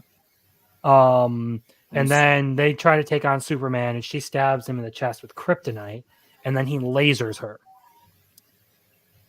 As if that's not like fucking breaking the whole like universe right then and there. Superman still is able to fly and use his heat vision after being stabbed in the chest with kryptonite. It's because of Brainiac, Crimson. See, the thing about this that really pisses me off is in itself, killing Batman in this universe isn't inherently a bad thing. It's the way they did it. It's the way they did it in all the context surrounding the game and the people who were working on this whole thing. That really grinds my gears. Just disrespect to not only the character or the actor or anything, but the disrespect to the thousands and thousands of hours that people have put into the Arkham games just to watch their Batman get killed, who is the most comic accurate Batman we've ever fucking gotten in any source of media outside the comics, has been Arkham Batman, and you kill him. Mm-hmm. Yeah, it's like all the disrespect towards the character. Rocksteady basically killing the last thing that DC had to get back in good graces with their fan base. This is the last nail in the DC coffin here. They will officially be deceased from this point on. Nobody's going to want anything to do with anything they do. And like, then they end the game with that tacked on memorandum or homage to Kevin Conroy, where like they go on like that like little rant like rip Kevin Conroy. You know, they only did that because they knew they were going to get flack. No, it's not even rip Kevin Conroy. It's literally just Lois Lane talking to the news, which isn't even from fucking Gotham. Yes. So why don't you have a character from Gotham talk about it? Like Commissioner Gordon's still alive at the end of Arkham Knight. Why can't Commissioner Gordon's a man. So. But still, like you can't have a character literally like that's how they end it. It's not even just thank you so much, Kevin. Like from the creators, from maybe like that would be so beautiful if the game ended with maybe some of the voice actors that worked with him, like actually their faces, an actual camera, or things like that would make you go, they really cared about him. Where instead you get a voiceover of a shot of Batman standing on top of a building with a crawl at the bottom, just like what's under our screen right now. It just says Batman is dead. And then Lois Lane just goes, Metropolis, Batman's dead. Just so you know, Batman's dead. He will be missed. But Batman's dead, and he wanted you all to know that he's Bruce Wayne, but he's dead. And like that's literally all you get. And it just says, rest in peace, Kevin Conroy. It's like, get the fuck out of here. Go fuck yourselves. Mm-hmm. Yeah, it's back in pieces of shit. Like I told you and Roman over on your channel on Wednesday, they hate Batman. Because straight white rich male. They want the character gone, and it's pretty clear that they're going to just continue to shit on everything that is Batman from this point on, and it's just pissing me off. I'm gonna take my leave here, by the way. So. Yeah. All right. Well, I was hoping to get to some of the music stuff before you left, but you can go if you need to. All right. Well, Roland, good to see you. Good to see you. Don't jerk off with the gloves on. No, make no promises. It feels really good. You do not understand how soft this leather is. Anyway, it's good to talk to you. Yeah. Oh shit. So yeah, the whole Batman thing has just absolutely driven me mad because it's one of my favorite characters. And this is the last point I want to make on the Batman thing is that like people were talking about this is Rocksteady, they made the Arkham universe, but not the same Rocksteady is only Rocksteady in name. Yeah, it's not the same people. Yeah, the founders they left and they're taking all the staff that made the Arkham games with them. Yeah. These are not the people who made the Arkham games. It is a Rocksteady skinwalker, pretty much.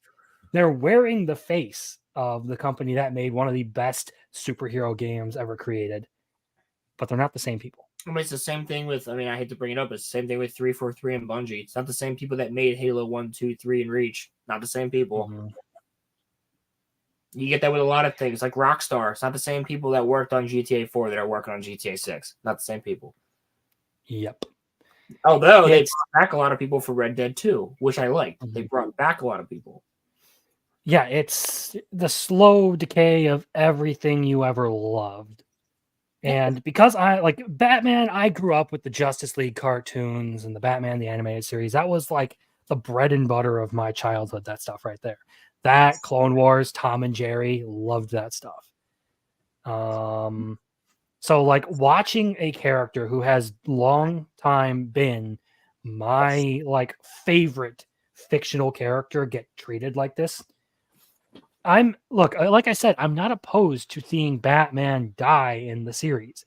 I think sending him out in a very noble and heroic way would have done a lot better than just making a mockery out of every male character's death. Like, you know how Captain Boomerang tries to piss on the Flash, and King Shark takes Green Lantern's ring and then almost kills the entire Suicide Squad with it by accident. Yeah. It's like they want to make a mockery out of every like big character who's become like a part of the DC mythos, like the ones that everyone loves. And then when it comes to Wonder Woman, who again people really do love because she was a good character in a lot of shows. Oh, that Wonder Woman show was amazing back from like the 70s, 70s, something like that. Yeah, people loved her. They're gonna completely like give her the hero moment and make her like, oh well, she never did anything wrong. She's the best of them, which is really what they're trying to imply with the way they wrote her. Yeah, well, and Wonder Woman because they know nothing about the characters the way they did all this. Okay, so especially with Lex Luthor, because like he's sitting there simping over Wonder Woman, but the whole reason he's a villain is because he fears that reliance on these superheroes will halt humanity's progression. Wait, so Lex Luthor's in the game? Yes. And he does not have a contingency to stop Superman?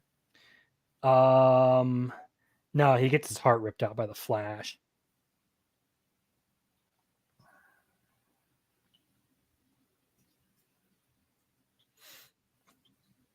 God fucking damn it, dude. Mm-hmm. You know he fought Batman in a suit before, or not Batman, Superman in a suit before, right? Like in the Flash killed him. Wasn't he a main villain for an entire arc of multiple shows where the Flash could have just ran to his house and punched him through the chest? Didn't? Yeah, no, Lex Luthor has done a lot of things. He's like one of the greatest enemies for the Justice League because he was able to deduce almost all of their identities in the comics. From what I understand, he was also the people loved him.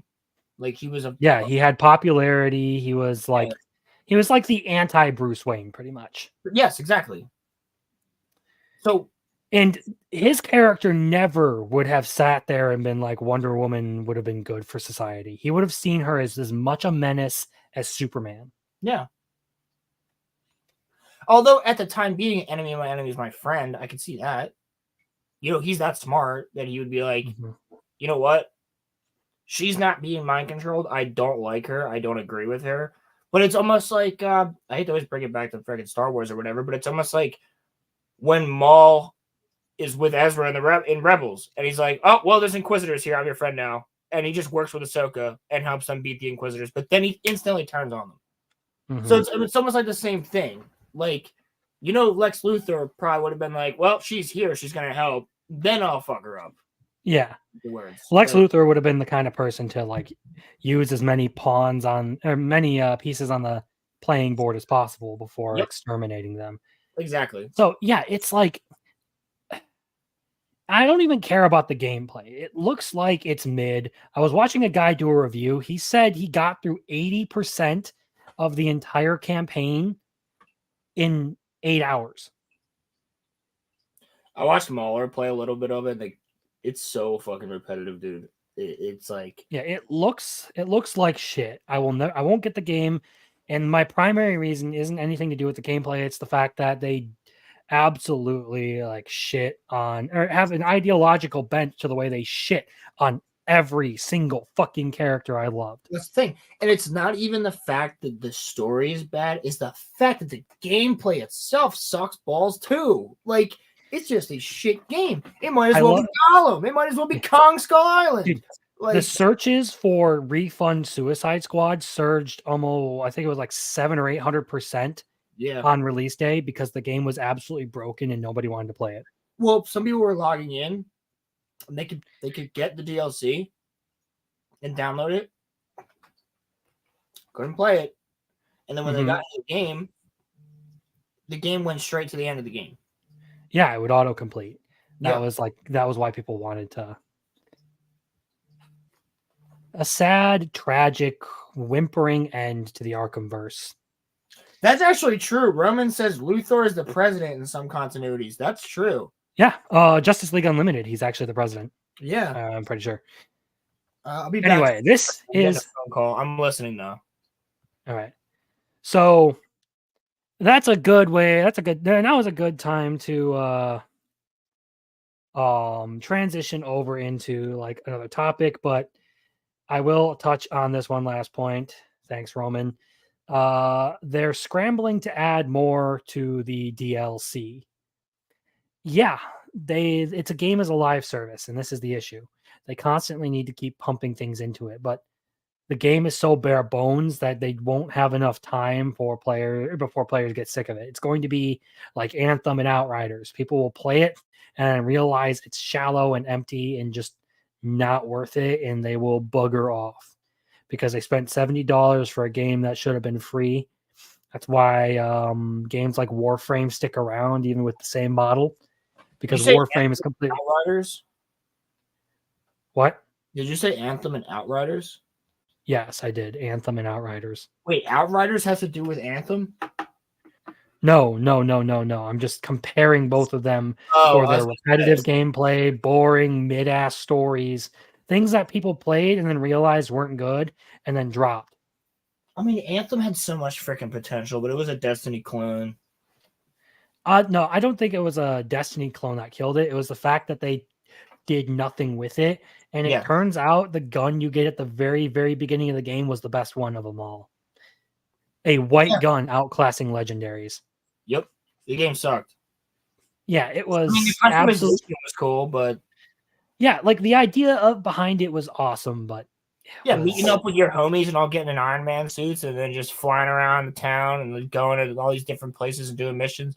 Again, it was cool, but it was very limited, and I probably played it for, I mean, not even a month straight, but like a month in general, like a couple days a week, maybe. I still have a physical copy of Anthem over in my collection. You really? I don't. I have a digital copy of Anthem. I think one of these days I'm gonna do a video, like if I with a proper camera out on the range, and I am gonna take some tannerite and blow that fucker up. Fuck yeah.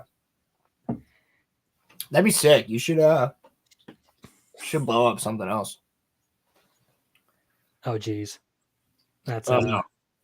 I don't mean like that. Like, so let's get into some anime talk here, because that is like the bread and butter of my channel here is a lot of that. Yeah, I can't stay super much longer, but I can stay for that's fine. We're talking. Yep.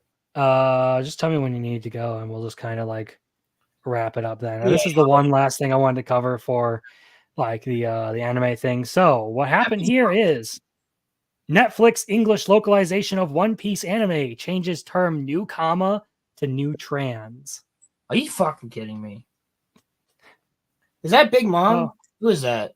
This is Ivankov, Emporio Ivankov. You're introduced to him in the Impel Down arc. He is one of the captains of the rebel army, and his whole power is just he's a gender bender. He controls people. His devil fruit allows him to control people's hormones. Yeah. Can't he literally his fruit? He can change a guy from a girl and shit like that. Yes. Yeah, he does that to himself all the time. Yeah, he does it to himself all the time, but he can also do it to other people. Mm-hmm. That's a weird ass fruit. It's a weird ass what? Fucking fruit. Yep. That's no, I mean that works. That works in two ways. He's a weird fruit. In the latest case of Western anime industry overwriting a Japanese creator's original creative vision with their own and ironically stereotype-based worldviews, the subtitles to Netflix's in-house Japanese to English localization of Toei Animation's One Piece anime adaptation have been found to feature a loaded change to the series of Eiichiro Oda's concept of new comma. So from what I understand, I think it says later in the article that comma. Oh god, I see the words LGBTQ plus community up there. Mm-hmm. Wait, did they turn Sanji into a girl? That happened? No. So during the time skip, Sanji ends up on the island that this guy rules, and it's a bunch of drag queens. So he spends an entire 2 or 3 years running away from drag queens, and that's how he gets stronger. 2 or 3 years? Yep. So from what I understand, the idea of comma is like Japanese slang for a gay man. Wait. Can you go up for a second? What did that just say? Hold on. Where? Obviously, this included who Odia most notably included in his shonen adventure story. Yeah, because the LGBT, the alphabet community was definitely fucking around when Oda was writing this.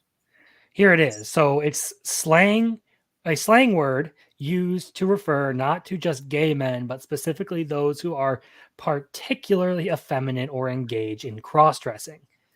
The Okama people consist entirely of cross-dressers, drag queens, and transgender women, all of whom swear fealty to their own Rocky Horror Picture Show homage in their leader Emporio Ivankov. Yeah, but that kind of makes sense because if it's like a Rocky Horror Show, homage, then that makes sense. Because that it's a great movie.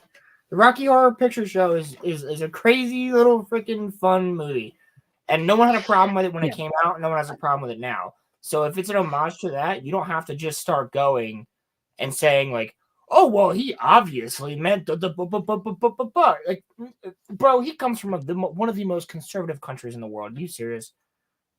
Like, yeah, no, I don't know. I'd have to look that one up. But Japan is definitely interesting as far as like social stuff goes because it's all over the board. Hilariously, either way, yeah, it's like these people don't realize what they're doing. Like this has been in there since he wrote the manga.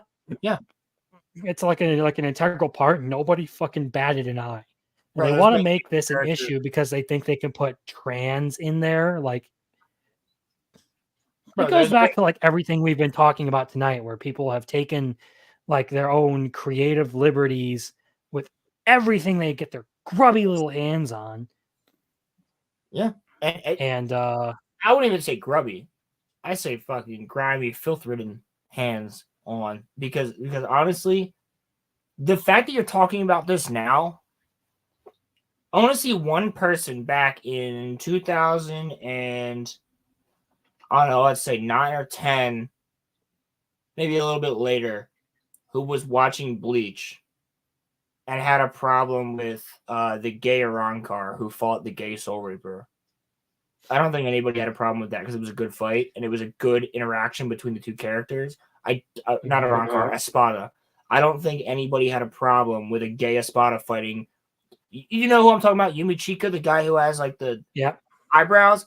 Obviously, he's gay, but like they don't say it.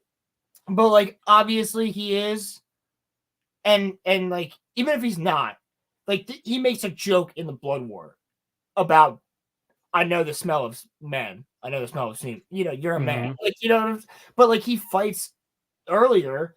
There's this guy who's like clearly super effeminate gay, but he like has a thing for him even though they're fighting, and it's like it's a whole joke throughout the fight because he keeps being like, "Ooh, hit me harder," like type shit like that. Like, that's getting clipped, but like it's funny. Like, no one cares. No one has a problem with it. It's not even that it's just funny. It's a good fight, and it ends with a actually really good dialogue between the two of them. Like, when it ends. And then that character ends up coming back in Blood War. But, like, it's not... No one ever thought at the time, I'm turning this episode off because there's two gay people fight. Yeah. Nobody would ever have given a fuck about, like, obviously there would be some people who would like, of course there's gonna be try some to content farm and outrage farm over the One Piece stuff, but no one who was actually a fan of the series ever gave a fuck about any of like the blatant like trans stuff going on there. I mean, Oda has done wacky, crazy stuff the whole time, and it fit in with the series. I honestly didn't care much for it, but it didn't like bother me to the point that I wanted to drop One Piece. Well, I mean, look at one of the earliest examples of an anime doing that is Cowboy Bebop. There's an entire episode about a soldier who took a drug that was supposed didn't Sailor Moon have two lesbian characters? Yes, well, I'm talking about trans. Yeah. Because Sailor Moon had two cousins that were pretty much lesbians, but we never Sweet Home Alabama. They were cousins. So in the American version, yes. But the whole point being is, in Cowboy Bebop, you have its character who's a woman, and then I believe it's Spike who finds out that he served with him, and it's actually a dude, but the drugs that the military hopped him up on fucked with his hormones, and he actually became a woman. Yeah. But it's still the same guy that Spike fought in a battle with many times. And it's like a very heartwarming story and it's sad, but it's also heartwarming at the end in that show. But that was done in what? 98? 97? Something like that? So, like, you were doing stuff like that back then, and no one had a problem with it. No one cared because it fit into the aspect of the story, and it added in a lot to not only the main character and his perspective on life, but the perspective of all these different people, what the war has done to people, what things have happened, why this woman is now depressed, not only because of the war, but because she doesn't feel like she's herself anymore because of what the military did to her, turning her from one gender to the other. And I'm not going like saying that's a bad thing to do things like that. I'm just saying when it's on your own accord. This was not on their own accord. And they were forced into this, and it ended up completely changing their lives. I think one of the it's become a big issue because people really like manga and anime the way they are. I mean, we weebs, we like our fan service and jiggle physics, and we like all that stuff. And we see this kind of ideology coming in, and honestly, this could be the downhill point for manga and anime because Western influence or Western money has become more important than Eastern money to a lot of these manga artists. Because so much it's become mainstream pretty much because there are so many people now that like manga and anime, it has become the target of, leftists who want to use it to spread their own ideology. And that's the same thing that happened with Star Wars, with, Western nerddom, all that stuff.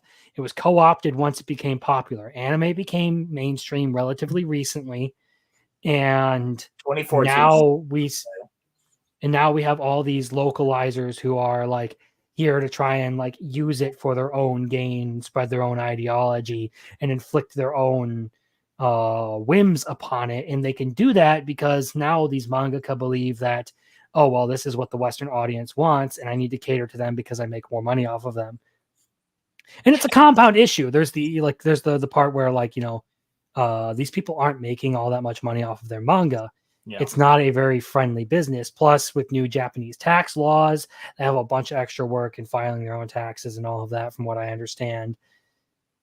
It is harsh reality. So, like, the idea of, American money funding them making their manga and stuff is more appealing than, straight up sticking to their artistic merits, which a lot of series still do. But I think we're going to start seeing more trend, unless the AI thing really takes hold. I think we're going to see more trend towards these localizers using their power. I mean, bro, they just cut the entire scene that I was talking about out of Bleach in the newest one.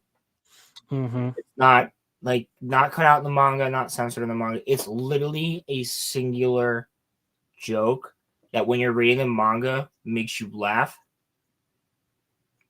and they just can't leave that in for a show that's rated M.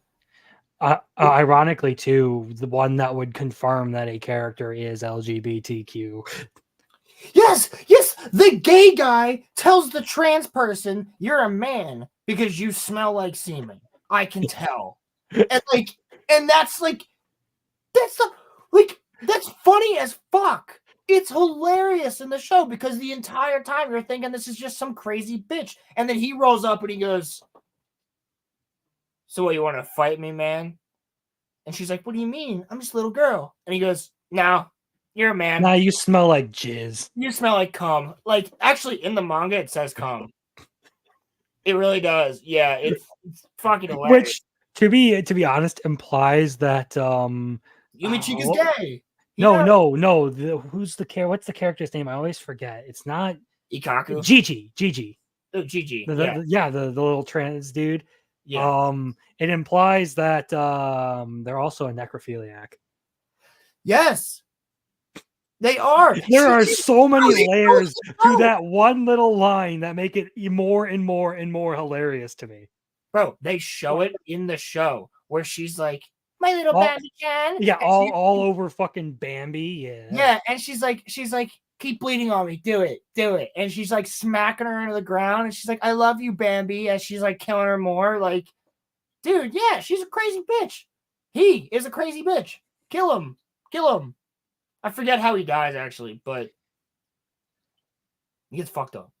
That's all I gotta say. I believe it's Auschweiler, right? Auschweiler. No. When Yuhabaha activates Auschweiler while fighting the ink guy, he absorbs her. The only two that survive are Lily Boro and the pink-haired muscle chick. Yeah, I forget her name right now. It's Lily Boro and what's her name who survive because Candace gets burned up and Gigi. Yeah, I think Gigi gets burned up. So yeah, it's like ironic the damage they would do to things just because their feelings get hurt over something. That's a lot of Bleach characters, though. Mm-hmm. A lot of characters in Bleach. They're like, "You stepped on my pet ant," and then it's just like the whole town gets destroyed. No, I'm talking about the localizers. Oh, what do you mean? Oh, the amount of damage they would do to a series just because their feelings get hurt. I mean, Sokka's sexism, Batman, now like One Piece, Bleach, all this stuff. Dude, they cut some other stuff out of Bleach too that I was just like, why? Like when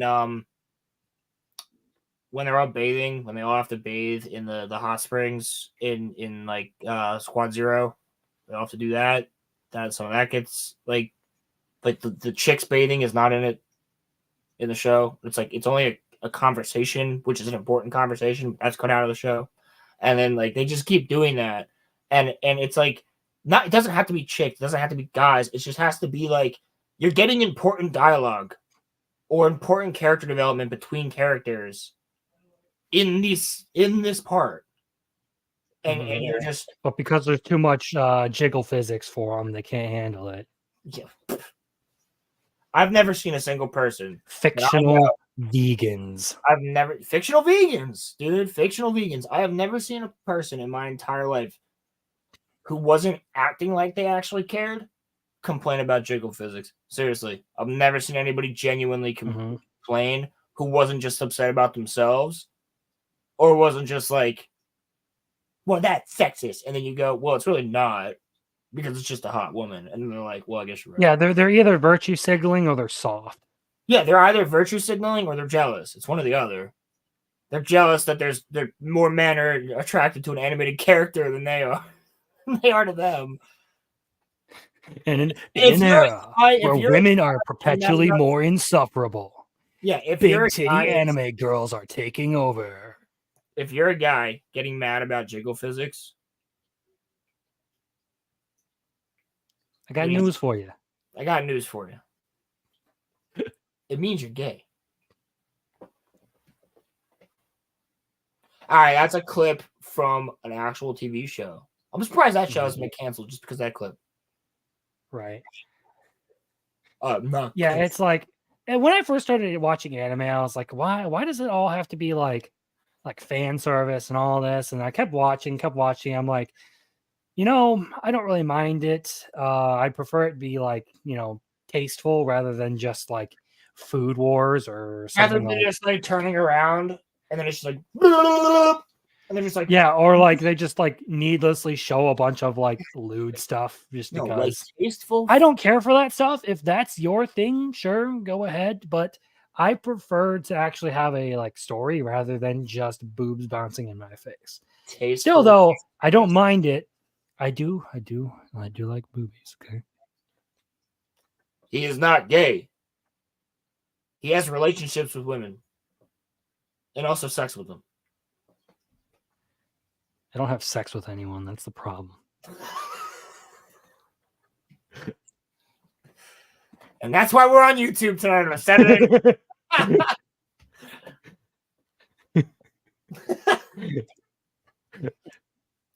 I am not gay.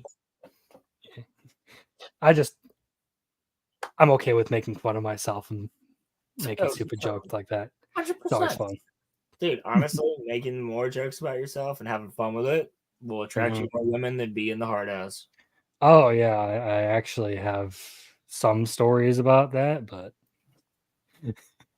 that's for I will save those for later. That's for off stream. They're off stream stories. Yeah, I mean, like everything tonight has just been like these people who don't know what they're doing with their fucking writing.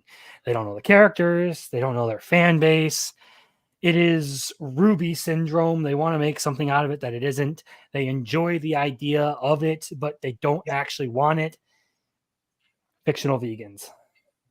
I'm going to be running with that now for a long time. You should be, dude. Make it a thing. Start tweeting and just put hashtag fictional vegans. Yeah. Well, the current term for it technically is tourist. But I think fictional vegans. I like the sound of fictional vegan.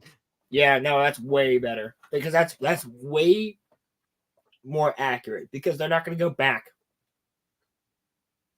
Because vegans, once they become a vegan, unless you're Buddhist, which I understand, because I have a Buddhist aunt and uncle, and they've been vegan my entire life before the whole vegan thing was like a joke and shit like that.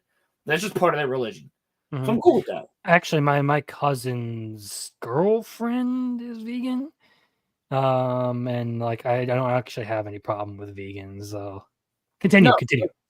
But it wasn't. It was before the whole like vegan marches and oh, we're gonna stop the farming and all that blah blah blah blah, blah. Like, no, like Buddhists are just vegan because it's part of their religion and things like that. And you know who else was a vegan technically?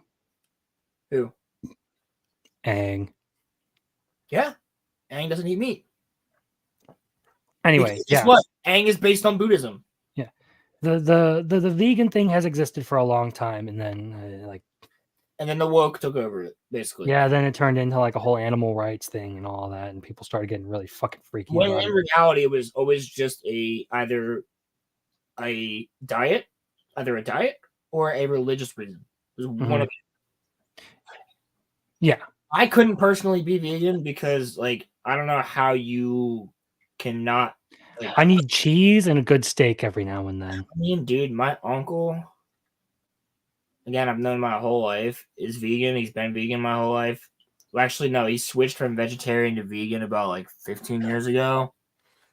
And